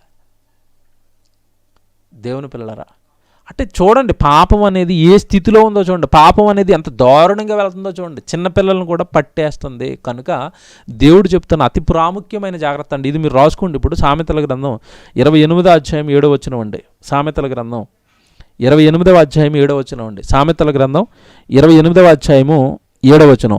ఉపదేశమును అంగీకరించు కుమారుడు బుద్ధి గలవాడు, తొంటరుల సహవాసము చేయువాడు తన తండ్రికి అపకీర్తి తెచ్చును. తొంటరుల సహవాసం. ఎవరితో వెళ్తున్నారు నీ పిల్లలు? మా ఫ్రెండ్స్ మమ్మీ అన్నాడు అనుకోండి, అమ్మో నా కొడుకు ఫ్రెండ్స్ వచ్చేసారంటండి. అప్పుడే కొంతమంది తల్లిదండ్రులు ఏం మనుషులాగా నాకు అర్థం కాదండి. వీళ్ళేదో నా ఫ్రెండ్స్ మమ్మీ అనేసరికి వీళ్ళేదో మా వాడు ఫ్రెండ్స్ అండి. ఏదో ₹1,00,00,000 ఆస్తిని సంపాదించినట్టుగా చాలామంది మొహాలు వెలుగుతూ ఉంటాయి. ఎవడరాడు? ఏం చేస్తూ ఉంటాడు? ఏ పని మీరు ఎలా అంటాడు? బాగానే ఉంటాడా? గుడికి వెళ్తాడా? వాకింగ్ చదువుకుంటాడా? చక్కగా చదువుకుంటున్నాడా? స్కూల్కి వెళ్ళే వస్తాడా? బయట ఎక్కడ తిరుగుతాడా? ఎవడరా వాడు? అడుగుతారండి తల్లిదండ్రులు. ఇలాగా తల్లి అడుగుతుందా? తండ్రి అడుగుతాడా? ఎవడరా వాడు? వాడితో ఫ్రెండ్షిప్ ఏంటరా? మంచోడేనా? గజ వానకాలు నువ్వు ప్రశ్నేయంగానే ఎవడరా వాడు? ఎందుకు చేస్తున్నావు స్నేహం వాడితో? ఏమి ఉండవండి ఫ్రెండ్స్. అవి ఇదొక ఈ ఆడికొక పెద్ద ఆడేదో మా ఫ్రెండ్స్ అనేసరికి వాడికొక ప్రౌడ్. వీళ్ళు ఫ్రెండ్స్ని తీసుకొచ్చాడండి మా అబ్బాయి ఫ్రెండ్స్ని. ఏ ఫ్రెండ్స్ వాళ్ళు? గుడికి వెళ్ళే వాళ్ళ? చర్చికి వెళ్ళే వాళ్ళేనా? జాగ్రత్త అండి. దేవుడి విషయంలో ప్రతిదీ ఇలా పట్టుకోవాలి మీరు. అరే గుడికి వెళ్తాడా? నీతో పాటు గుడికి వస్తాడు, నీతో పాటు యూత్ మీటింగ్కి వస్తాడు, నీతో పాటు ప్రార్థనకు వస్తాడు, నీతో పాటు వాక్యం వింటాడు అంటేనే వాడితో నీ ఫ్రెండ్షిప్. లేదంటే కట్ చేయి, వాడొద్దు. ఇంత కఠినంగా మీరు లేకపోతేనండి, ఇంత కఠినంగా మీరు వాడితో మాట్లాడకపోతే, ఇంత కఠినంగా మీరు వాడితో ప్రవర్తించకపోతే వాడు ఫ్రెండ్స్ అంటాడు. ఎవడండి వాడు? ఫ్రెండ్ అంటే ఏంటి? వాడి స్థితి ఏంటి? రారా సినిమాకి వెళ్దాం అంటాడు, మీ కొడుకుని సినిమాకి తీసుకెళ్తాడు, అయిపోయింది. వాడు జీన్స్ ప్యాంట్లు వేస్తాడు, ఈడు చిరిగిపోయిన జీన్స్ ప్యాంట్లు ఈడు వేస్తానంటాడు. వాడేమో పిచ్చుగుడి కడిగిలు వేస్తానంటే ఈడు వేస్తానంటాడు. వాడు అమ్మాయిలు వెనకాల పోదాం అంటే ఈడు అమ్మాయిలు వెనకాల వెళ్ళిపోతాడు. మీకు ఏం కానుకోకపోతే ఇలాగే ఉంటుందండి. పాపం అనేది ఇలా నెమ్మదిగా ఎంటర్ అవుతుంది మీ దగ్గరికి. పిల్లల్ని పంజరంలో పెట్టుకున్నట్టుగా చూసుకోవాలి. చుట్టూ మీ వలయం ఉండాలి. పిల్లల చుట్టూ మీ వలయం ఉండాలి. ఏం మాట్లాడుతున్నాడు, ఫోన్లో ఎవరితో మాట్లాడుతున్నాడు, ఏం చూస్తున్నాడు, ఎక్కడికి వెళుతున్నాడు, ఎక్కడ తిరుగుతున్నాడు, ఎవరితో ఉంటున్నాడు, ఎవరి సహవాసంలో ఉంటున్నారు, ఇలా మీ పిల్లల చుట్టూ మీరు వలయం వెయ్యకపోతే మీ కంట్రోల్లో వాడి పిన్ను కదిపినా అది మీకు తెలుస్తూ ఉండాలి. మీకు తెలియదు ఇవన్నీ, తర్వాత అనుభవిస్తారు నేను చెప్పేవి అర్థం కాకపోతే. వాళ్ళు పిన్ను కదుపుతున్నా మీకు తెలుస్తూ ఉండాలి. కొంతమంది పిల్లలకి వెళ్ళి ఏడండి అంటే ఏమోనండి అక్కడికో వెళ్ళాడండి. ఓ ఇదేంటిది? నీకు తెలియకుండా వెళ్ళటం ఏంటి? చిన్న పిల్లలండి మా పిల్లలు. బయటికి ఇంటి నుంచి బయట అడిగెట్టాలంటే నాకు చెప్పి వెళ్ళాలని చెప్తాను నేను. చెప్పి వెళ్ళాలి, నాకు చెప్పి వెళ్ళాలి, నాకు చెప్పి చెయ్యాలి, నాకు చెప్పాలన్నీ. వలయం, పిల్లల చుట్టూ వలయం. మీరు కాస్త లూజ్ ఇచ్చారా అయిపోయినట్టే. ఎవడో వ్యభిచారి సహవాసంలో ఉంటాడు అంతే. వాడు మీ కొడుకుని కూడా వాడు వ్యభిచారానికి తీసుకెళ్తాడు. అలాగా ఎక్కడో పోలీస్ స్టేషన్లో దొరికేసి పోలీస్ స్టేషన్లో వేస్తారు. అప్పుడు పోలీసు వాళ్ళ నుంచి మీకు ఫోన్ వస్తుంది, మీ వాడు దొరికేసాడు రండని. అప్పుడు ఏంటంటే మీకు అవమానం కదా. చుట్టుపక్కల వాళ్ళు వీళ్ళ కొడుకు వ్యభిచారం చేసి జైలుకి వెళ్ళిపోయాడంట, వీళ్ళంతా విడిపించి తెచ్చుకున్నారంట బయలు ఇచ్చి. ఏమంటే మొహం ఎత్తుకుంటామండి మనం? మొహం ఎత్తుకుంటామా సమాజం ముందు? పైగా మళ్ళీ క్రైస్తవ కుటుంబాలుగా చెప్పుకుంటూ, పైగా దేవుడి పిల్లలుగా చెప్పుకుంటూ. దేవుడికి అపకీర్తి కదా. మీరు పొరపాటున ఎప్పుడన్నా ఒక సభ పెట్టో, ఒక మీటింగ్ పెట్టో, మీ ఇంటి దగ్గర వాక్యం చెప్పిస్తారండి. ఎవడంటాడండి? వాళ్ళ పిల్లలే బాగోరండి, వాళ్ళేం చెప్తారండి, మీటింగ్లో భక్తులు వచ్చారండి బయలుదేరి అంటారు. మీకు తెలియదు ఇదంతా పడే ఎఫెక్ట్ అంతిమంగా మీ మీద పడుతుంది, మీ కుటుంబం మీద పడుతుంది, మీ భక్తి మీద పడుతుంది, మీ ఆత్మీయ జీవితం మీద పడుతుంది, మరి ముఖ్యంగా దేవుడి మీద పడుతుంది. మర్చిపోకండి. వాళ్ళ పిల్లలే బాగోరండి, వాళ్ళేదో దేవుడి గురించి రమ్మంటున్నారంట, భక్తి అంటున్నారంట అనరా? మీ పిల్లల్ని గాలికి వదిలేసి మీరు మాత్రం దేవుడి గురించి చెప్పేస్తాను మేము భక్తులు అంటే ఏం బాగుంటుందండి? అది ఏం బాగుంటుంది? బాగా ఆలోచించండి నేను చెప్పే ప్రతి మాట. కుటుంబం యొక్క విలువ పడిపోతుంది. సైతాన్ గాడు ఈ రూపంలో వచ్చి మీ పిల్లల్ని నాశనం చేసేయచ్చు. తొంటరుల సహవాసం అన్ని జాగ్రత్తలు అండి. పూసగుచ్చినట్టు చెప్తున్నాడండి, పూసగుచ్చినట్టు. నాయన వాడు ఎవరితో తిరుగుతున్నాడు కనుక్కోరా, వాడు ఏ సాహసం ఉంటున్నాడు కనుక్కో, తుంటలు సావాసం చేస్తున్నాడేమో చూసుకో. సరే, దేవుడు చెబుతున్న జాగ్రత్తలండి. ఓ మాట చెప్పాడండి, చివరి ముగిస్తాను, ఇంకా టైం అయింది, ఇంక ముగిస్తాను. ఇక కొన్ని మాటలు ఉండిపోయినాయి కానీ తర్వాత ఎప్పుడైనా చూద్దామండి, ముగిస్తాను. ఇక దేవుడు అంటున్నాడు సీరియస్గానండి ఇది, నాయన నా పిల్లల విషయంలో మీరు నా పిల్లలుగా మీ విషయంలో నేను ఎంత ఖచ్చితంగా ఉంటానో మీకు తెలుసు. పాపం చేస్తే శిక్షిస్తానని చెప్తాను, పాపం చేస్తే రౌద్రుడైపోతానని చెప్తాను. నా కంట్రోల్లో నేను మిమ్మల్ని పెట్టుకున్నాను, నా పిల్లలుగా నేను మిమ్మల్ని శిక్షించుకుంటున్నాను, నేను మిమ్మల్ని గద్దించుకుంటున్నాను, మిమ్మల్ని కంట్రోల్లో నేను పెట్టుకున్నాను. నేను ఎలాగైతే మిమ్మల్ని పెంచుతున్నానో మీరు నా పిల్లల్ని పెంచాలి. ఇది దేవుడు. ఒక మాట చూపిస్తాను, త్వరగా ముగించేస్తాను. ఇక 3వ అధ్యాయం సామెతల గ్రంథం చూడండి, 3వ అధ్యాయము సామెతల గ్రంథం 3వ అధ్యాయము 12వ వచనం చూడండి. 3వ అధ్యాయం 12వ వచనం. తండ్రి తనకు ఇష్టుడైన కుమారుణ్ణి గద్దించు రీతిగా యెహోవా తాను ప్రేమించిన వారిని గద్దించును. మళ్ళీ చదువుతున్నాను. తండ్రి తనకు ఇష్టుడైన కుమారుణ్ణి గద్దించు రీతిగా, తండ్రి తనకిష్టుడైన కుమారుణ్ణి గద్దించు రీతిగా యెహోవా తాను ప్రేమించిన వారిని గద్దించును. యెహోవా తాను ప్రేమించిన వారిని గద్దించును. నేను గద్దిస్తున్నాను, నువ్వు నీ పిల్లల్ని ప్రేమిస్తే నువ్వు గద్దించాలి. నేను పెంచుకుంటున్న విధానం చూసుకో, నా పిల్లలుగా నేను ఎలా పెంచుకుంటాను చూసుకో. నా వాళ్ళని నువ్వు అలా పెంచరా సరిపోద్ది. పెంపకం నాది, నేను పెంచుకుంటానుగా. నాకు తెలీదా పెంపకం విలువ, నాకు తెలీదా పిల్లల విలువ? నేను గద్దించుకుంటున్నాను. అబ్రహాం తప్పు చేశాడు, నా కొడుకు దావీదు తప్పు చేశాడు, నా కొడుకు విడిచిపెట్టలేదు, శిక్ష చేశాను, గుణపరుచుకున్నాను. నేను తప్పు చేశాను దేవా నన్ను క్షమించని, నా కొడుకు ఆ పాపం చేశానని ఒప్పుకునేటట్టుగా దావీదును శిక్షించుకుని మార్చుకున్నాను. సౌలు తప్పు చేశాడు, శిక్షించాను, మార్చాను. 40 సంవత్సరాలు సేవ చేశాడండి సౌలు. చిన్న తప్పు చేస్తే ఊరుకోలే, శిక్షించాడు. ఏమండి, లక్షల మందిని నడిపించాడండి మోషే. చిన్న తప్పు చేశాడు, ఊరుకోలేదు, శిక్ష చేశాడు. దేవుడు శిక్షించక మానడండి తప్పు చేస్తే. మీరే విడిచిపెడుతున్నారు మీ పిల్లలు, మీకు తెలియదు. మీకు విడిచిపెడితే ఏమవుతారు వాళ్ళు. నేను విడిచిపెట్టుకోలేదు నాయన. నా కొడుకులు బాగున్నంతకాలం దావీదు నాకు ఇష్టానుసారుడు, నేను ప్రేమించుకున్నాను. నా కొడుకు వెనకాలను తప్పు చేశాడా, బెత్తం పట్టేశాను దావీదు విషయంలో. మోషే నా ఇల్లంతటిలో నమ్మకమైన వాడు, మోషేని బట్టి పొంగిపోయాను. మోషే మీదకి ఎవడమంది తిరగబడితే వాళ్ళు తోలు తీసేసాను. మోషే మీదకి తిరగబడ్డారు చాలామంది, వాళ్ళు తోలు తీసాడండి. నా కొడుకు మీదకి తిరగబడతారా అని వెనకాల నుంచున్నాడు మోషే వెనకాల. మోషే మీద ఎవడు తిరగబడిన తోలు తీసాడండి. వాళ్ళది ప్రేమిస్తే అంతలా ప్రేమిస్తాడు, కాపాడుకుంటూ అంతలా కాపాడుకుంటాడు. తప్పు చేసేవా మోషే, బెత్తం పడతాను నేను. ఇది దేవుడు అంటే. మీరు ఇలాగే ఉండాలండి మీ పిల్లల విషయంలో. ఇదిగో నేను ప్రేమించే నా పిల్లల్ని నేను శిక్షించుకుంటాను. మీరు మీ పిల్లల్ని ప్రేమిస్తే బెత్తం పట్టండి. బతిమాలుకున్నాడు నా కొడుకు మోషే. శిక్ష దెబ్బేసిన తర్వాత దేవ తప్పు చేశాను. చూసారా, నా కొడుకు నా దగ్గరికి తెచ్చుకున్నాను శిక్షించుకుని. నా దావీదు నా కొడుకు నా దగ్గరికి తెచ్చుకున్నాను శిక్షించుకుని. శిక్షణ ఇది, దేవుడు వేసే శిక్ష కాదు, శిక్షణ, ట్రైనింగ్. దెబ్బేస్తేనే వాడు మాట వింటాడు, నా దగ్గరికి వస్తాడు.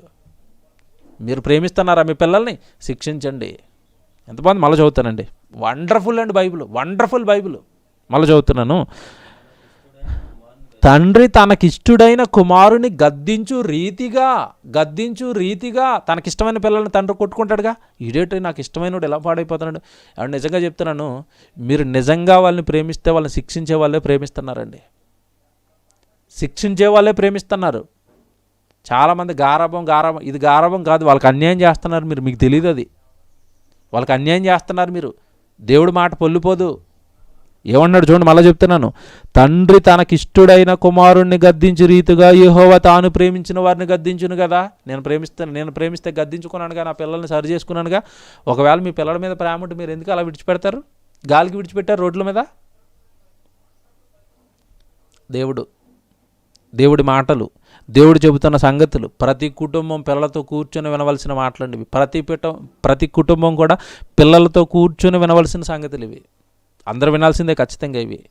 దేవుని పిల్లలారా, ఇవన్నీ మీరు మనసులో పెట్టుకోండి. దేవుడు మనల్ని ప్రేమించి చెబుతున్న మాటలండి ఇవి. మనల్ని ప్రేమించి చెబుతున్న మాటలు. పిల్లల్ని పెంచుకోవడంలో దేవుడిస్తున్న జాగ్రత్తలు, పిల్లల్ని కాచుకోవడంలో దేవుడిస్తున్న జాగ్రత్తలు. పిల్లల యొక్క ప్రేమ మనకి దక్కాలి అంటే పిల్లల విషయంలో మీరు ఎలా ఉండండి అంటున్నాడు. మన పిల్లల్ని గారాబం పేరట లేదంటే ఏమండి పిల్లలండి ఏం చేయకూడదండి, ఎలాంటి పరిస్థితిలోకి వెళ్ళిపోయి పిల్లల్ని మాత్రం పాడు చేసుకున్నామా? తర్వాత వాళ్ళు మీకు దక్కరు, తర్వాత మీరు బాధపడతారు. ఆ తర్వాత ఏమండి తల్లిదండ్రులుగా మీ బాధను చూసి పరమ తండ్రి కూడా బాధపడతాడు. కానీ స్కూల్లో ఎక్కడండి ఇవన్నీ చెప్తారు? పాఠశాలలో చెప్తారు ఇవన్నీ. క్షేమం గురించి చెప్తారు, దోమ గురించి చెప్తారు, ఏమండి పక్షి గురించి చెప్తున్నారు. అంతే తప్ప జీవితం గురించి పాఠాలు ఎక్కడెక్కడ ఉన్నాయి? స్కూల్లో ఏమున్నాయి జీవితం గురించి పాఠాలు? లోకం నేర్పిస్తుంది పాఠశాల. దేవుడు తల్లిదండ్రులుగా మీరు మీ పిల్లలకి సంగతులన్నీ నేర్చుకోవాలి. మీ అందరికీ తెలిసిన ఒక మాట ఉంది, కీర్తనల గ్రంథం 119:9 అండి. కీర్తనల గ్రంథం 119:9 మీ అందరికీ తెలుసు. ఏంటది? యవనస్తులు దేని చేత తమ నడతను శుద్ధి చేసుకుందురు, నీ వాక్యమును బట్టి దానిని జాగ్రత్తగా చూచుకొనుట చేతనే కదా అంటాడు. ఇంటిని శుభ్రం చేయడానికి, ఒంటిని శుభ్రం చేయడానికి, లోకంలో శుభ్రం చేసుకోవడానికి బోల్డ్ ఉన్నాయి. హృదయాన్ని శుభ్రం చేసుకోవడానికి, హృదయంలో పాపం పడకుండా మీ పిల్లల్ని యవనస్తుల్ని కాపాడుకోవడానికి వాక్యమే కదా. వాక్యం వినిపిస్తే భయపడతాడుగా. వాక్యం చదివించండి. బెత్తం పట్టుకుని కూర్చోబెట్టి బైబిల్ చదవరానండి, అంతే. వెయ్యండి దెబ్బ బెత్తంతో. కొంతమంది తల్లిదండ్రులు ఎలాగుంటారంటే ఆ పిల్లలు కోప్పడేసరికి వీళ్ళు భయపడిపోతూ ఉంటారు. ఇదేం విచిత్రం నాకు అర్థం కాదు. ఈ పిల్లలకి ఏదో చెప్తారండి, చెప్పగానే వాడు కోప్పడిపోతూ ఉంటే వీళ్ళు ఏదో వాడు వీళ్ళకన్నట్టుగా ఆడికి భయపడిపోతారు. నాకు వస్తుందండి కోపం నిజంగా. మీరు నమ్మరు, వాక్యం అర్థమైన తర్వాత. మిమ్మల్ని బెదిరించేటువంటి వాడు, మీరు వాడిని కన్నారా, వాడు మిమ్మల్ని కన్నాడా? మీరిచ్చిన లూజు, మీరిచ్చిన చేతకానితనం అది. ఈ మాట అనొచ్చు, మీరిచ్చిన చేతకానితనం అది. గ్రిప్లో పెట్టుకోలేదు వాడిని, మీరు తప్పు చేశారు మీరు, అందుకే తిరగబడుతున్నాడు మీద. దేవుని పిల్లలారా, వద్దండి. వాడి విషయంలో తల్లిదండ్రులు పిల్లల విషయంలో చెప్తున్నప్పుడు అండి, నాకు వీళ్ళు చేసిన తప్పే కదా, ఏం మాట్లాడినండి, అక్కడ సైలెంట్గా ఉంటాను నేను. వీళ్ళు చేసిన తప్పే కదా, వీళ్ళు చేసుకున్నారు కదా అంతా. ఈ మాటలన్నీ అర్థమయ్యి ఉంటే, ఇలా పెంచి ఉంటే వాడు నీ మీద ఎందుకు తిరగబడతాడు, నీ మాట వినకుండా ఎందుకు పోతాడు? చూసారా, తప్పు చేసామండి మనమే తప్పు చేసాం తల్లిదండ్రులుగా. దేవుడు చెప్పిన విషయాలు మనం పాటించక మనంగా వాడిని తప్పు చేసుకున్నాం. 3000 సంవత్సరాల క్రితం ఈ మాట చెప్పాడు, యవనస్తులు నడత శుద్ధి చేసుకోవాలంటే వాళ్ళ విషయాలలో వాక్యం ఉండాలని చెప్పాడు. ఈరోజు సీరియళ్ళు, సినిమాలు, టీవీల్లో వస్తున్న ప్రోగ్రామ్స్ ఏవి బాగున్నాయి చెప్పండి? అన్ని బూతులండి, అన్ని పాపం వైపు ప్రేరేపించేవండి. చట్టం వేయండి, వలయం వేయండి మీ పిల్లల చుట్టూ, ఎందులోనూ పడనివ్వకుండా మీ పిల్లల్ని మీరు కాచుకోండి. తల్లిదండ్రుల పెంపక లోపం నెరవేరని దేవుని సంకల్పం, మన లోపం కదా ఇది. అటుపక్క దేవుడి సంకల్పం నెరవేరటం లేదు. ఏంటి దేవుడి సంకల్పం మీకు తెలుసు? పరిశుద్ధులు, నిర్దోషులైన పిల్లలు కావాలని కోరుకున్నాడు. ఎఫెసీ పత్రిక 1:4-6 మీకు తెలుసు. అలాగే యవన కాలంలో తన కాడెత్తుకోవాలని కోరుకున్నాడు, అది మీకు తెలుసు. ఎందుకు కాడెత్తుకోవట్లేదు? ఎందుకు వీళ్ళు పరిశుద్ధులుగా పవిత్రులుగా ఉండటం లేదు? ఎందుకు వీళ్ళు భక్తిపరులుగా ఉండటం లేదు? ఎందుకు దేవుడి సంకల్పం ఎందుకు నెరవేరటం లేదంటే పెంపక లోపం.